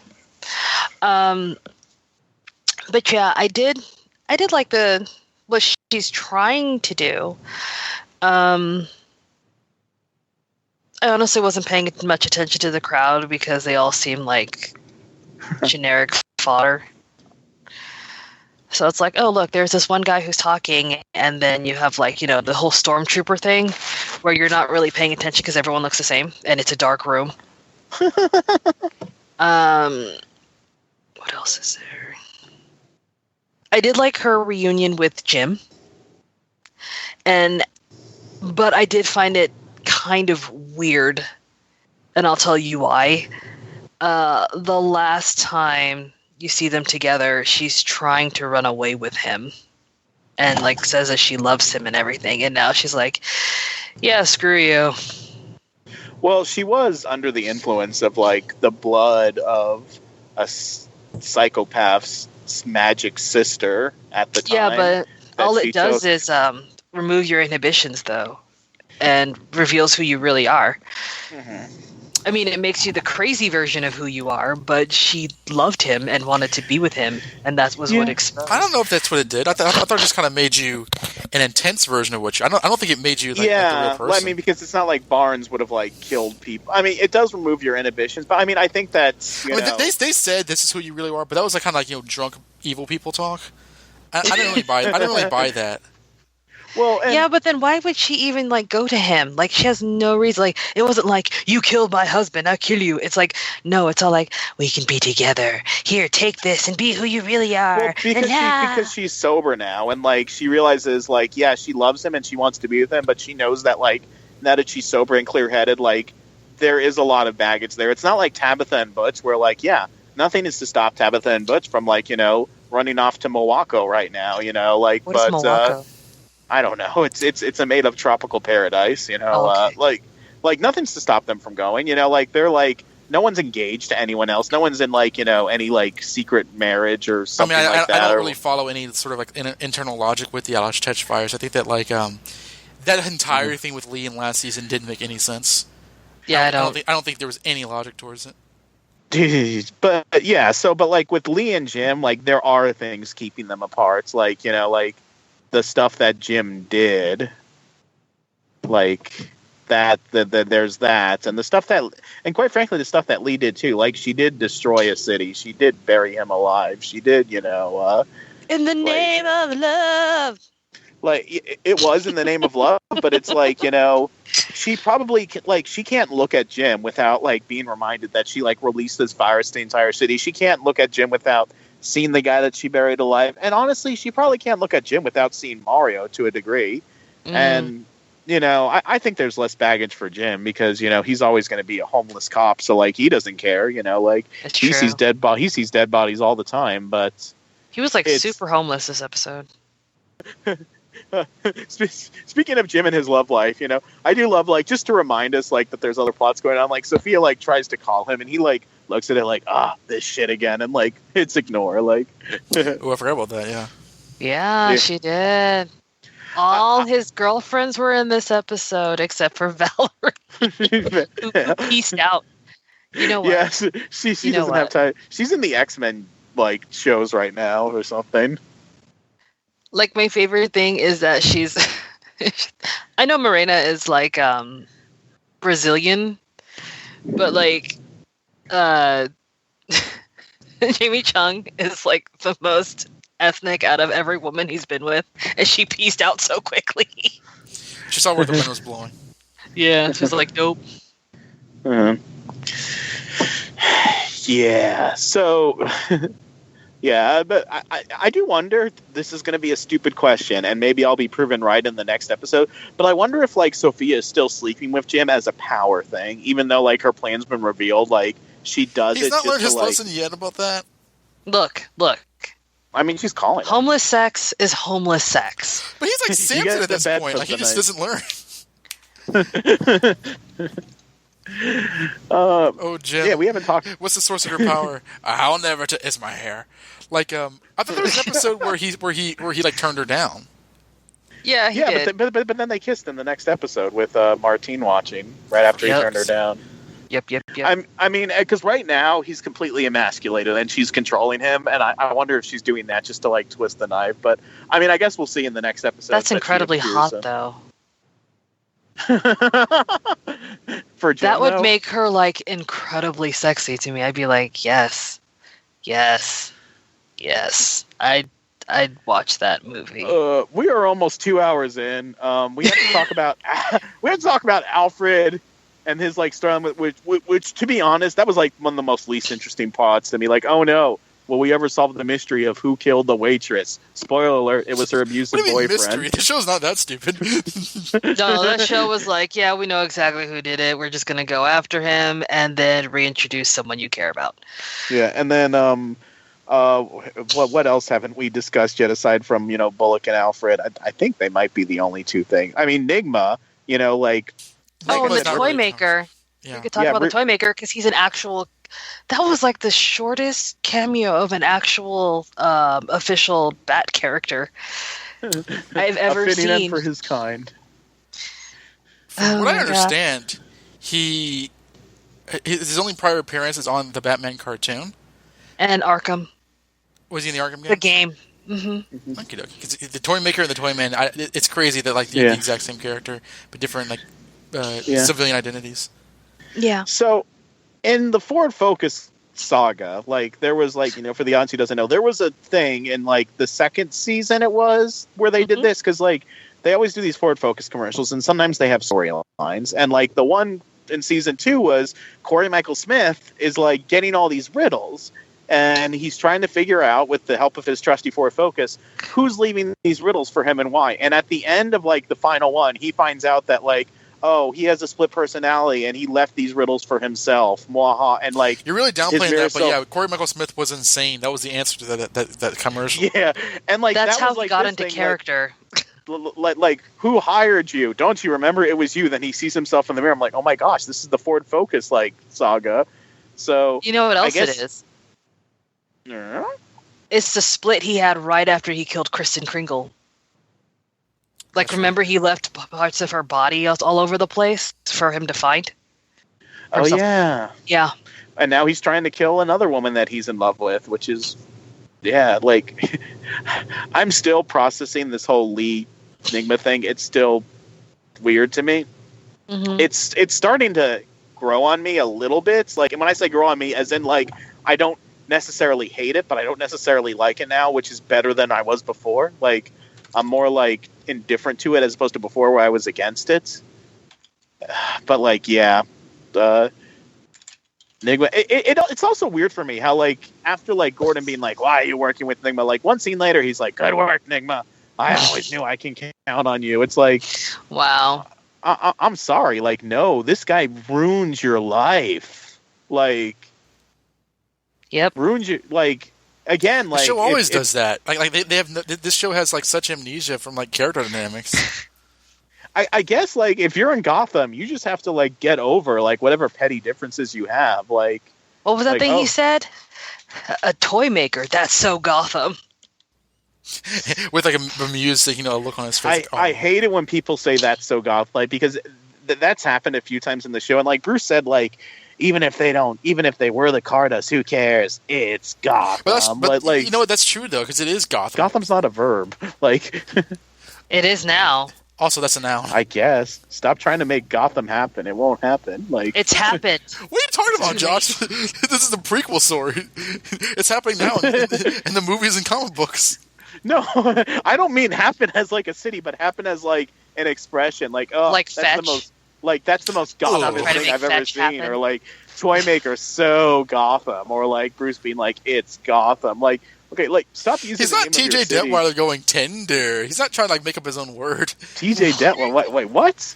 I have Who's that? no idea what's happening either. Is that Smart Guy? That was the recess. Oh, okay. Oh, I didn't watch that show. After my time. I've been doing a rewatch He's of a that. smart guy. So old. Compared to you children's. Apparently. Okay. I'm kidding. I think you're older than me. You're I not. Yeah, like, so Nigma, Toy Maker, another Gordon murder. What do you think of that before we close off with Alfred and Bullock? Because, like, good lord, this is going long. I mean, I'm not even sure why we're like being to talk about it now, because like he did this exact same thing in like the Professor Big episode. Like, he's gonna kill the kid. Get the my way. Like GCPD. Here's where it just like shoots him. Granted, the guy legit pull a weapon on him, which is at which point I'm like, oh, you couldn't do that to Alexander Siddiq, and then like the show's like, shut up, Donovan. There was no time. He stood there and said, Bruce, tell me what to do. Okay, then I'll slash this kid's neck. And then Gordon was still like, GCPD, as though he didn't have any bullets in his gun. I really did like that. I actually kind of like that the split has come back. I think it's an interesting thing. To me, it's kind of fun to see him be able to like play two different characters. I just like watching him in general. I think he's a fun actor to watch because he's clearly enjoying himself when he's like, especially when the Riddler came out in the mirror and he had like the big hat and like he was being like super fancy and stuff. I was like, oh, look at you. You get to play that character again, where he had to like be kind of not so flashy. I mean, he was like dressing up as a penguin and like acting out, but he wasn't like the Riddler, And I really do like the Riddler as a character in general. So I did miss him. And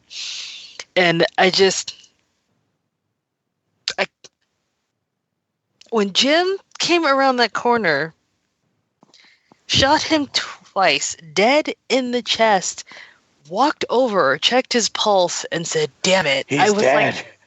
I was like, "What the hell did you think? How are you a detective? How did you get your job?" I shot the guy who interviewed me until he gave it to me. It's just like that is the exact moment I paused the video. I paused the show and then I went to the I texted you on Facebook and said, "How is he a police officer?" My brain shut off in that moment. I did actually like all the fun toys, like the fact that he had so much detail inside of the toys. I also did like the fact that the Nutcracker had a machine gun arm, and that there was an adorable robot bomb. It was like a lot of fun stuff. I mean, this is the kind of fun stuff that I like versus like random dog dude in Ben's episode. I don't know what possessed him to write a dog dude.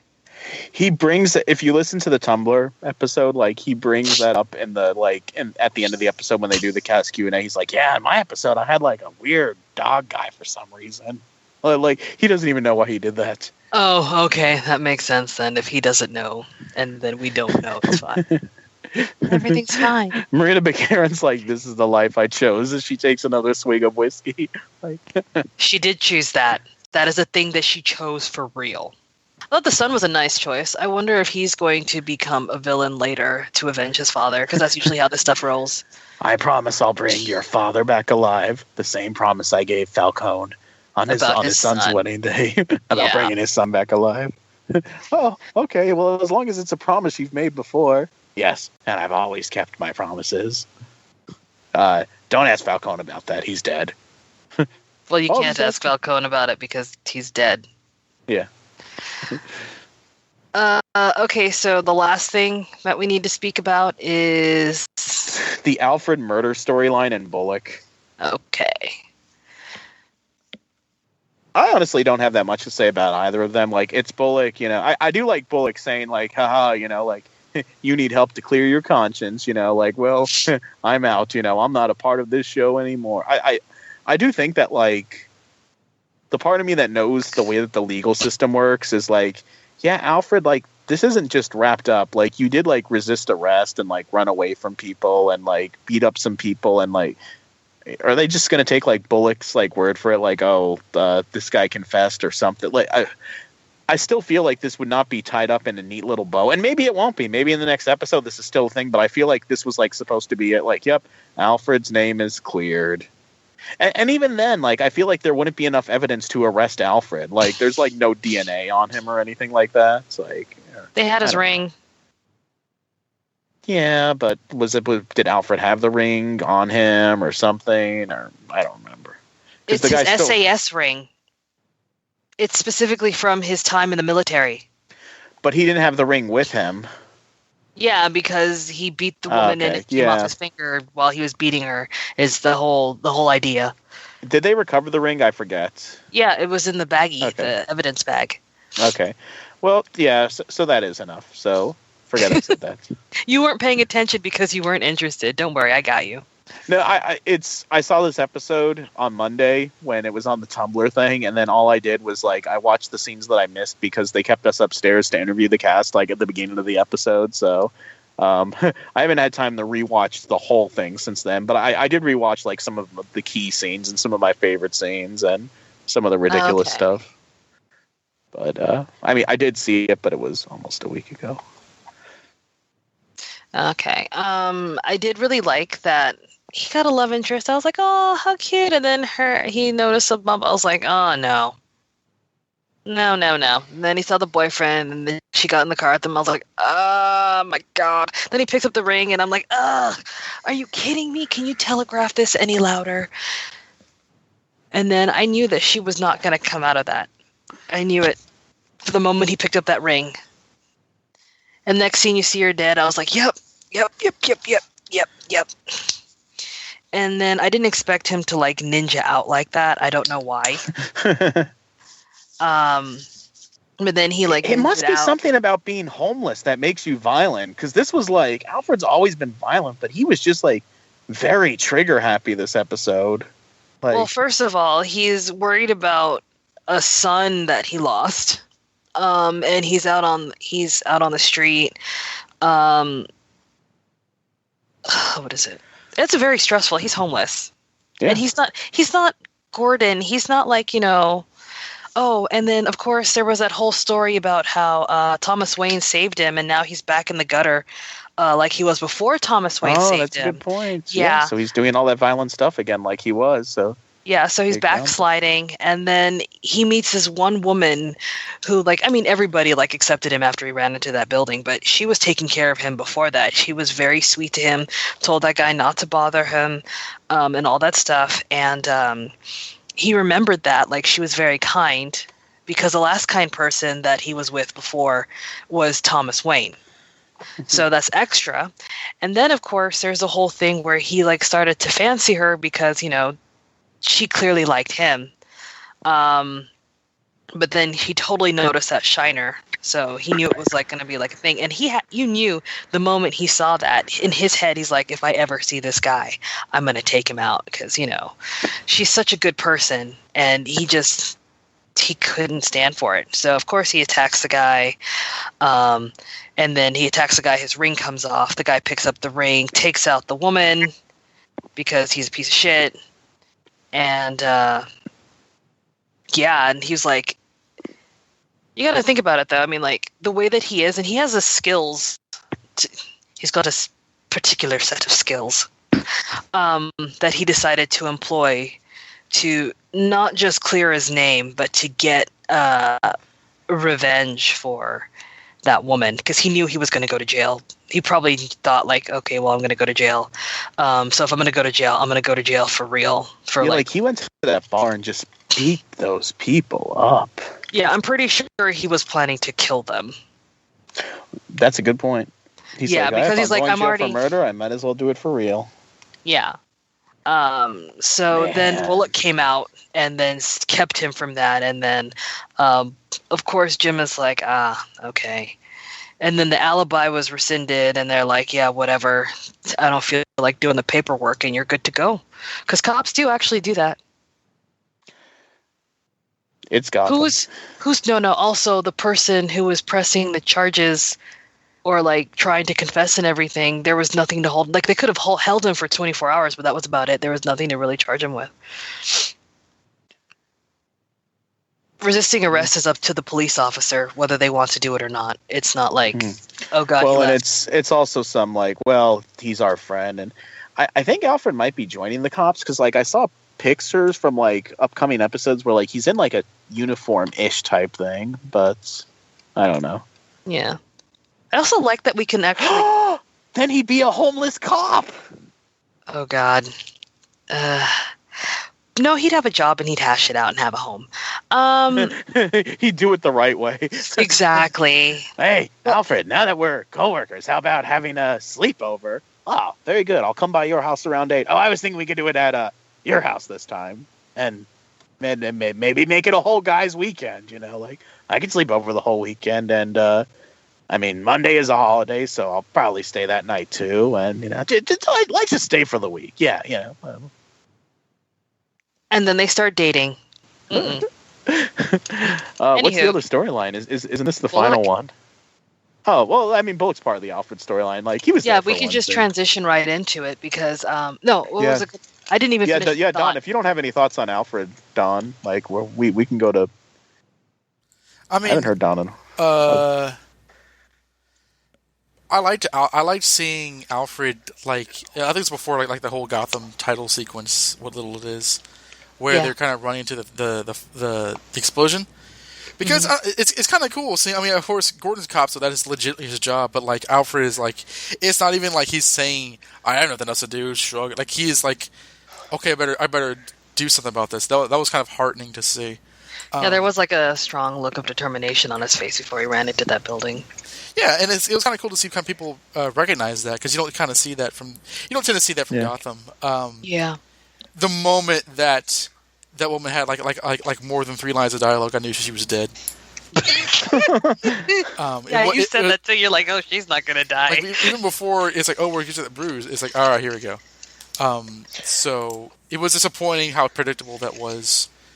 I don't know. I thought maybe like that was just going to be a place that he started to go like for a bit, like maybe 1 or 2 episodes, like another episode. I wasn't expecting her to like die until I saw that stupid thing on her forehead. I think that was kind of like for the people who thought that the not Kristen Kringle plotline was way too long and at 3 episodes. This is like, well, let's just get to the point here. We have the refrigerator right here. We better use it before the power runs out. Corey Michael Smith said to me in my interview with him, he said 2 Chelsea Specs down and 1 Lee Tompkins to go. That's awesome. It's true. His wife do die. I did like the Alfred plot though, as as kind of like not so much laborious, but just kind of by the numbers as it was, because Sean Pertwee is very charismatic, and I feel that like I've never heard him be this particular kind of angry before. So that I like that plot. I mean, say what you will about its utter predictability, and it's probably the most predictable plot line here. But I did like it because Sean Pertwee is charismatic. Yeah, no, I really I liked the plot line. I mean, you knew it was going to happen, so you had to watch it play out. But it wasn't like enjoyable to watch because it was a woman who got straight up murdered. But it was really well done. It was like, when you watch John Wick, you know how it's going to go down, but it's really well done. I would. That's more charitable than I'm saying. But I think that like it's just Sean Pertwee's cool. That's kind of that kind of carries it. Yeah, but also Bullock came in at the end, so that really tied that up nicely with the It's weird that Alfred and Bullock are on a first name basis. He's like, Harvey, what are you doing here? He's like, that's not Master Bullock. That's interesting. Well, they've known each other for a while. They've had adventures together. That's not a first. Oh no, he called him Harvey. He called him Harvey. Yeah. Oh, I'm sorry. I'm just used to calling him Bullock because TAS. Yeah, me too. Because when I hear Harvey, like I actually think of Harvey Dent. Bullock, yeah, the same. man who looks like an unmade bed. Like that's what he said in the animated series. So it's like Harvey, my closest friend in the show. It's like, sure. I really did like. He's not a butler anymore. He doesn't have to call anyone master. And master is only for children. Really? No, it's not. Yeah. You call children master, which is why he keeps calling him Master Bruce, and why Bruce gets really pissed about it at some points in the comic book. That? I don't think it's only for children. To wiki. Because like in the Avengers comics, Jarvis calls Master Stark, Master Rogers, Master. Here's why. Maybe Bruce that's the writer's misunderstanding. Master. Like the way that the Master thing works. Like maybe that is because it's also like he calls him. Is the implication that like he always sees Bruce as a kid, which is why he always calls him Master Bruce? I'm like flashing back to like Downton Abbey. By the time they go out in society, adult men should be called Mr., not Master. Masters for upper class children in British society. That's why Michael Goff says Mr. Wayne. Okay. I mean, that's not been consistent in the comics or in most media, so. Yeah, but that is one of the things. But I'm wondering if he did it in the Golden Age now. It's one of the things. What? I mean, like, maybe in the beginning they just thought it sounded like what a butler would say, but I guess, like, as time progressed, they just realized he always sees him as, like, the same child. Like, that's actually been explained in comic books in canon. Where? But, like, before, you can't just say that. Before, like, where has that been explained in comics in before canon? 1986, Alfred didn't come into Bruce's life until Bruce was an adult. Because he carries on that crap with the other characters, like Miss God, Gordon, which one did I read? So, of course, I read everything after New 52. In the But, like, he actually goes, oh, wait a minute. That's not going to have any sway with me, though. It's not in New 52. It's in that book I gave you. The manga? No, the book. Not the graphic novel. The book I gave you, like, he gets really angry about being called Master Bruce. He's like, you need to stop calling me that. Yeah. Oh my gosh. Okay, never mind. I mean, if we're going to have a conversation about this, I don't really... That might be a real-world reason how butlers are after it, but I think pop culture has demonstrated that to be a different kind of understanding. That we don't have to, like, necessarily say this needs to be played by this sort of rules, but, like, in terms of, like, character consistency... Gotham chose it this way, and other things. Because even in Justice League, like there's a deleted scene where he meets Superman. He says, Master Kent." Like, this Superman's like 35 years old, so like, I wouldn't necessarily. Yeah, but he's maybe like culture has like misinterpreted like how butlers are supposed to sound, because like a lot of average Americans don't have butlers. Like, it's true, because butlers are a British thing. Do you ever have a butler, Don? No, we're not that rich. You have a maid though. We don't have a maid. We have like a like monthly house cleaner, but like A monthly maid. I just think that like it's interesting that like realistically Bruce would not be called that, because I do think it's interesting that like when the movie started calling him Master Wayne, that's an interesting title. But I think if we start saying, well, he shouldn't be calling them that anymore for certain things, because some instances do it, some instances don't. If we start applying it realistically, I think we'll get into trouble. But I really like that, though, that he still sees him as someone he has to protect and look after. So he calls him Master instead of Mister. Like, I felt that was more of like an affectionate thing, not a... Oh, sure, that makes sense.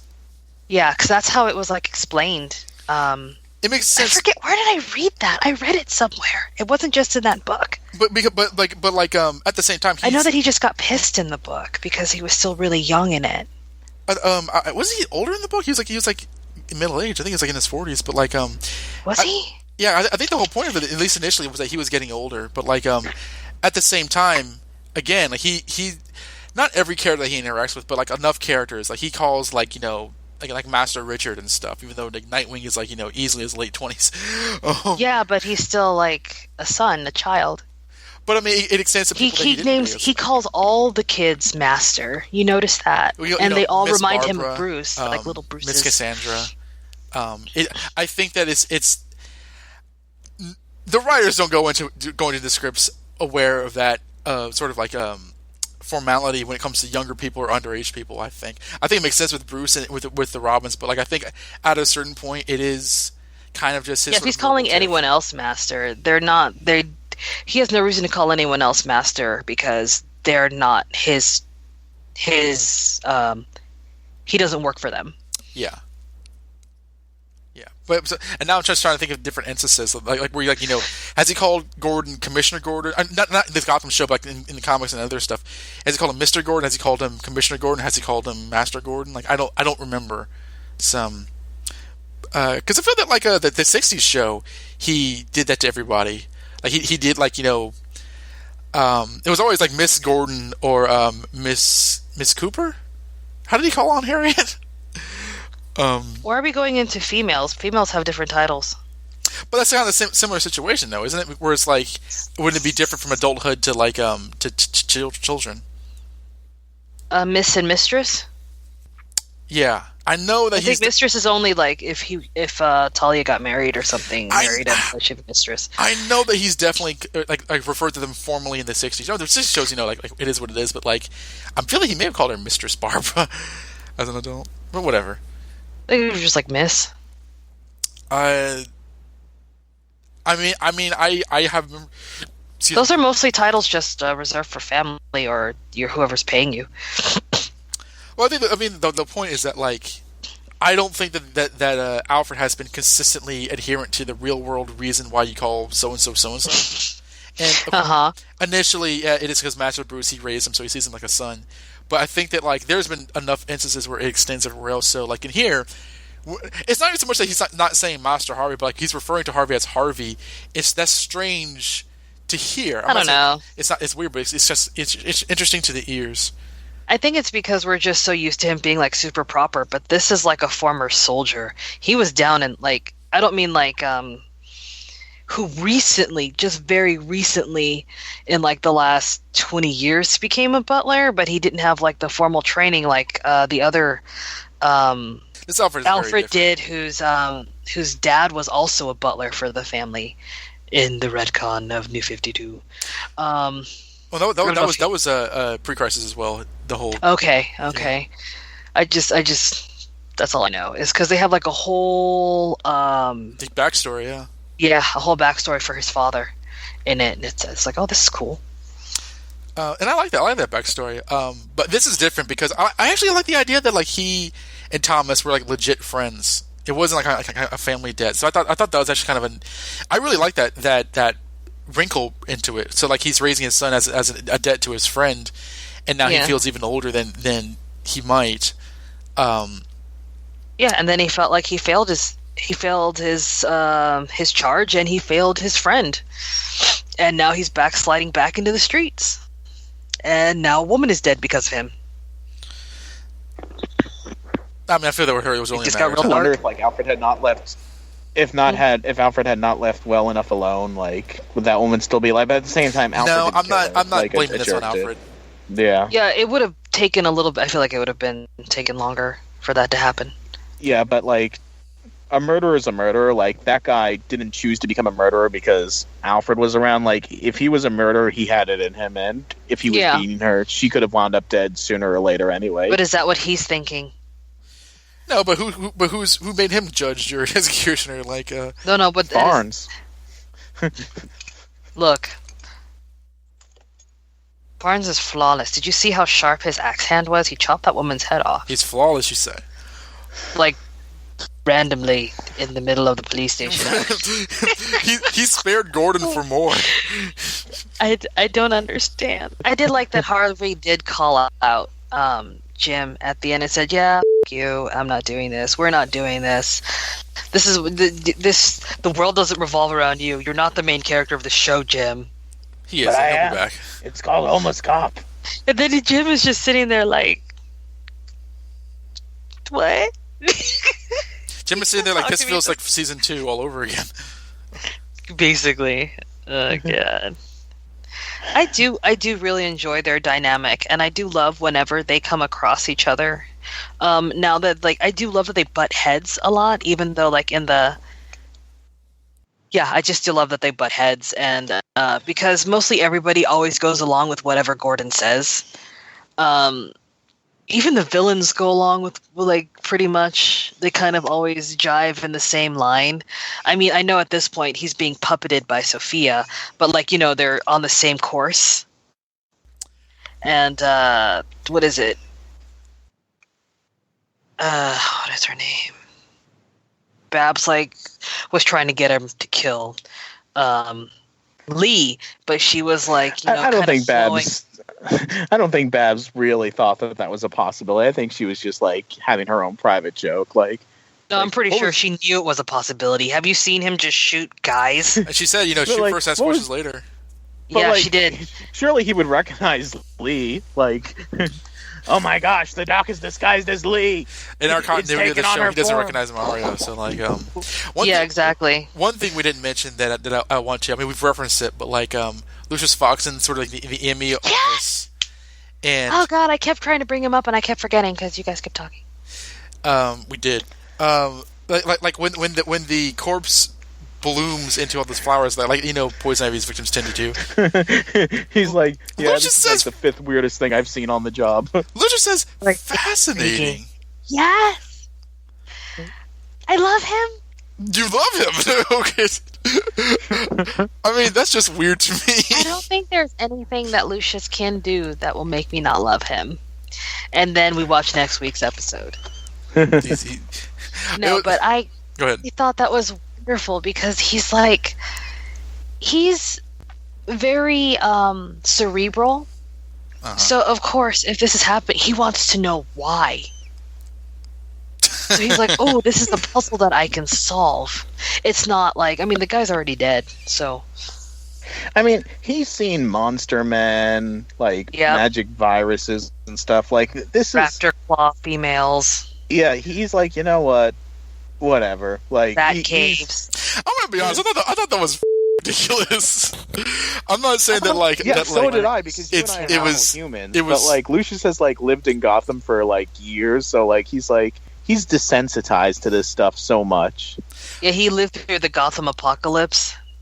Yeah, like, his coworker shot a dog man, like, Yeah, that's like, true. like a few months ago. Oh, he also, let me see, he lived through the Maniacs. He lived through the Monster Men. He lived through, what's the other one? The Tetch virus. He lived through the licensing. He lived through that entire Riddler episode. It was weird logic though, because you're saying that like because he's gone through all these ridiculous storylines, he would enjoy seeing something new. He's desensitized. That's, like, what it is. No, he wasn't. It's not that he enjoys seeing the death, but it was like, oh, look at this new thing that I can solve, sort of thing. Kind of like a Sherlock reaction. Mm, That's what it felt like to me. It felt like a Sherlock reaction. So when he's like, fascinating, I was like, ooh, he gonna science some shit. I mean, it was straight up Spock. 'Cause that's literally. I mean, they've in the what Gene Roddenberry wanted for Star Trek was for Spock to say fascinating to everything that looked scary because it was new to him. And so, like when Lucius Fox behaves like Spock, it's like he's behaving like a Vulcan, which is like, to me, that signals an Incredibly inhuman attractive. It signals an inhuman reaction. I don't know. It is very human to be attracted to morbid things. But that's not. I'm gonna shut up. Forget it. That's not worth it. But you remember, he's an innovator and a scientist as well as, and he also does bio work, which is why he's working at the GCPD. He's not just working on computers. He's not just putting pieces of the puzzle together because the police can't actually police there. But he's also like working. When he first went over there, he was the medic, the med lab guy. I thought he was a crime scene investigator. No, he was the med lab guy because he replaced Lee when she left. Didn't he show up at crime scenes and investigate? No, I think that Lee. Did he replace Lee? Yeah, Yes. he did. Yes, he did replace Medical Lee. That's examiner. right. That's what I'm looking for. Right, because I was trying to remember because I was He was like, never in a coat or anything like that. Yeah, no, he just showed up and he just. That was just Lee's costume. Yep, because she was pregnant. Oh yeah, and I didn't believe her. Yeah. There were so many characters in this episode. This is like almost like a 2.5 hour podcast. Yeah, but they all had like there's something to say about all of them. Yeah, there was a lot of meat, and this was a like getting to know like the characters again, and like Wait, stuff did we like, see Penguin in this episode at all? We didn't. Oh my god, we saw like everybody but Penguin. Oh right. Oh, and Sophia. And Sophia, yeah. But like the whole like everyone whose name is in like the main cast was there except for Sadiq, Robin Lord Taylor, and Crystal Reed. Yeah, he was beautiful and so beautiful. That was, Pieces of a Broken Mirror. Next week's episode is A Beautiful Darkness. Try laughing now on an all-new Gotham Thursday, March 8th on Fox. Ivy, guest star Peyton List, tracks a secret project on which Wayne Enterprises is working and begins to target anyone that can give her information. Meanwhile, Jerome, guest star Cameron Monaghan, becomes obsessed with Penguin and Arkham. Also, Gordon begins to second-guess his deal with Sophia, and an unsettling dream sequence shakes up Bruce in an all-new A Dark Night, A Beautiful Darkness episode of Gotham airing Thursday, March 8th, 8 to 9 p.m. Eastern Pacific on Fox. I laugh because of that line in the promo. Gordon begins to second guess his deal with Sophia. He begins to wait a second. Maybe bringing Sophia to Gotham wasn't a good idea. After all that, he's like, I'm starting to wonder if perhaps I might be possibly making a minor mistake here. What do you think, Bullock? Back to bed, Sophia. All I wanted to really talk about was are we doing the promo already? Yeah. Talk about our predictions in general. That man's face was in a puddle in the middle of a carnival ground, and then now it's grafted back onto his actual face. I'm just like, how disgusting must that have been? I would think it'd be somewhat healed by now, but I don't know. I'm not a doctor. No, I mean, but they pulled it off the ground. Well, I'm sure that it was sanitized. I would hope. What part are you talking about again? Well, We're talking about Jerome. face. Remember, his face got punched off, and it was in a puddle on the ground. so she's bothered by how unsanitary that is. I'm like, I'm sure they cleaned it. Oh yeah. Yeah, they just put it back on, and it's got chunks of gravel. But also, skin does grow, so maybe that's. But if it's dead skin, the skin doesn't grow. No, they said that they were going to reattach it to his. They said once they reattach his face, they said that specifically. Can you reattach limbs? Or sorry, not limbs, skin though.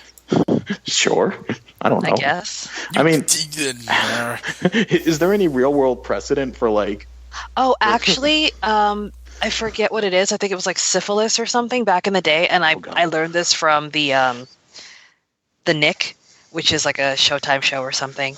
And the lady had syphilis, and then her nose fell off.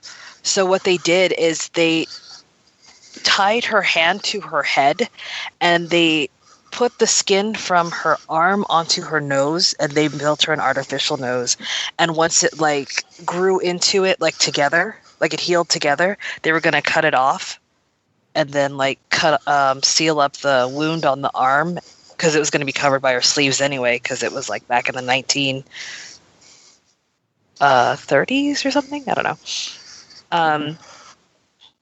And they were going to like just make sure like lay it over like where the nose was missing and build a new one, but it would grow into that. And also what they do is I had a friend who got blown up by a pipe bomb, and a huge chunk of her middle got blown out, and they took the skin from her thigh and put it there to cover up the area and patch it up that way. Well, that makes sense, because that's like, using kind of like live skin to kind of go towards another part. I mean, I feel that like, I mean, they could always explain it away, but like it's like they took. Yeah, the skin was off for like a couple of hours. Was it a couple of days? I mean, like when like that guy was running around with it. I remember he stapled it back on, but I don't know. Yeah. We're trying to like figure it out. We'll have to watch it over again. Some of these images have been in promos in the last like few weeks, and there was one a few weeks ago where like Don like noticed like the like fake Batman thing, and he called it Bible Man, which like sent us down a rabbit hole of like watching old Bible Man episodes. Yeah, have you seen those, Jan? No. Yeah, geez, yeah, they're crazy. That's the one thing that bothered me. It's like the weird bad voice that he was using. That wasn't Davy Masao's talking, was it? God, I hope not. That would be awesome if it was. I don't know, like. Christian Bale if you have time to watch like old Bible Man, like it apparently goes through like different eras of like quality, where like it's like a high tech like Power Rangers-esque kid show, or like it's also like a PBS like Barney the Dinosaur type show. Like it just, that show struggled to find its identity, and like because Don pointed out that guy looked like Bible Man, it sent us down a rabbit hole a few weeks ago. Yeah, that, like I'm still not entirely ready to climb out of either, but I've heard things about the dream sequence that like it might be like a future type thing of like where these characters are supposed to end up in the future. So I'm looking like forward to that. End. Yeah, maybe. Or like cool. basically like that episode of Smallville where like Clark goes to the future and he sees like how he's supposed to be. I've never watched Smallville. Well, that's a lie. I watched 3 episodes of Smallville, but they had shirtless Arrow guy. Justin Hartley. Yeah, that guy. Yeah. Without a shirt. I don't have much else to say about the promo or the episode copy. I look forward to seeing next week. I want to see what... I just like watching Jerome, to be honest. I mean, I was like whatever at the beginning, but he's genuinely having like tons of fun. So I like watching people enjoy themselves. Yeah, his episodes are really good. So it should be interesting. I'm excited. It could go down south, but we'll see. Also, I want to see more Penguin because I missed him. Yeah. Well, and I'm excited because it's just nice to revisit these characters again and, to kind of get back in the swing of things. It was a fun break, but now it's back to adventures with all of our homeless friends. There's only one homeless person. Well, 2 homeless people. 2.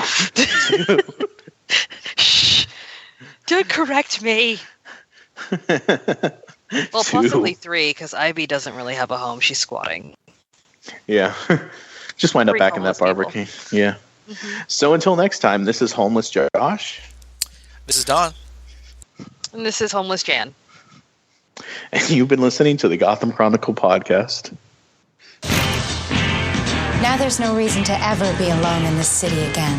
The Sirens Club is back with a passion. Ladies drink for free whilst men don't. The Sirens Club is back. You'll like it. It's nice.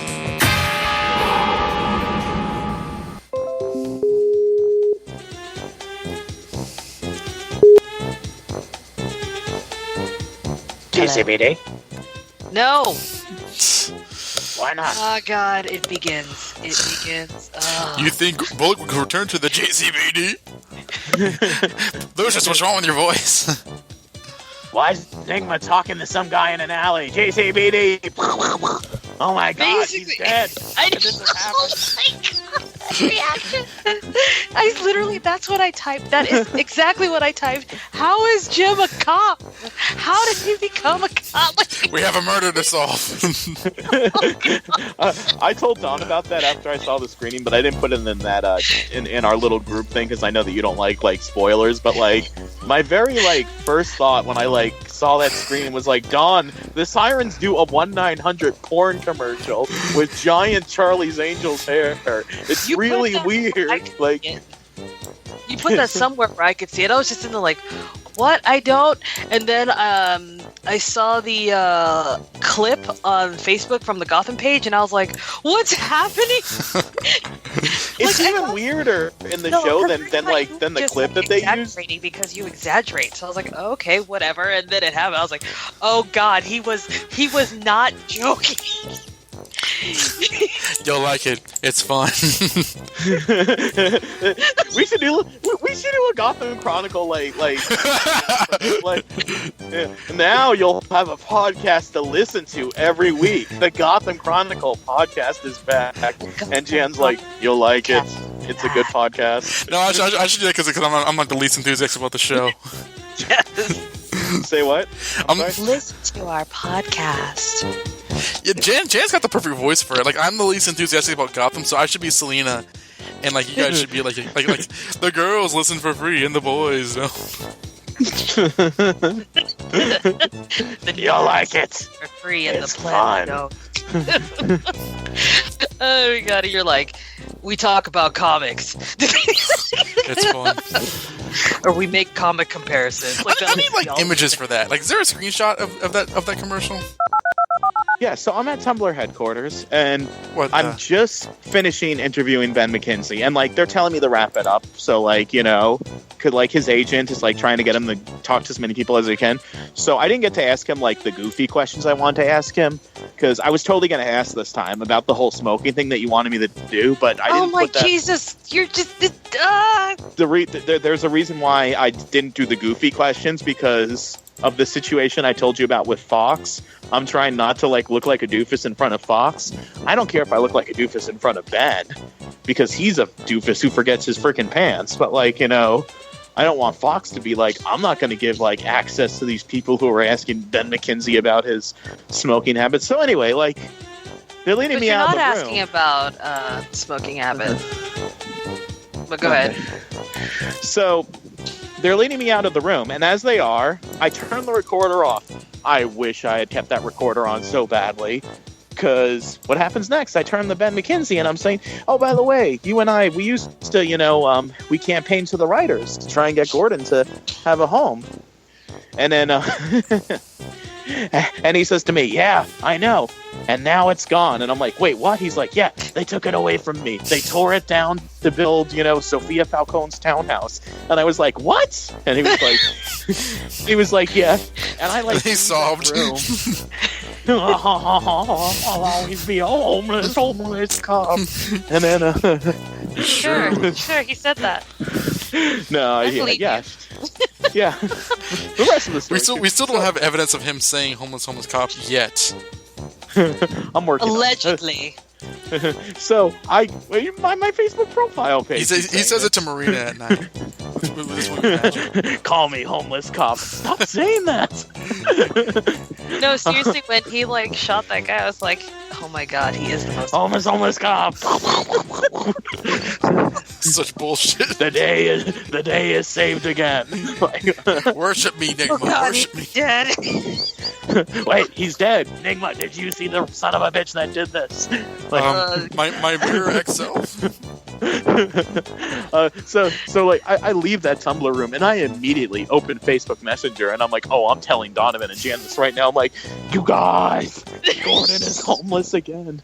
And like on that DC and DC special that I did, because there's two. There's the one I did with you guys, and then Ben and I did a longer one that had all the other interviews for the main feed.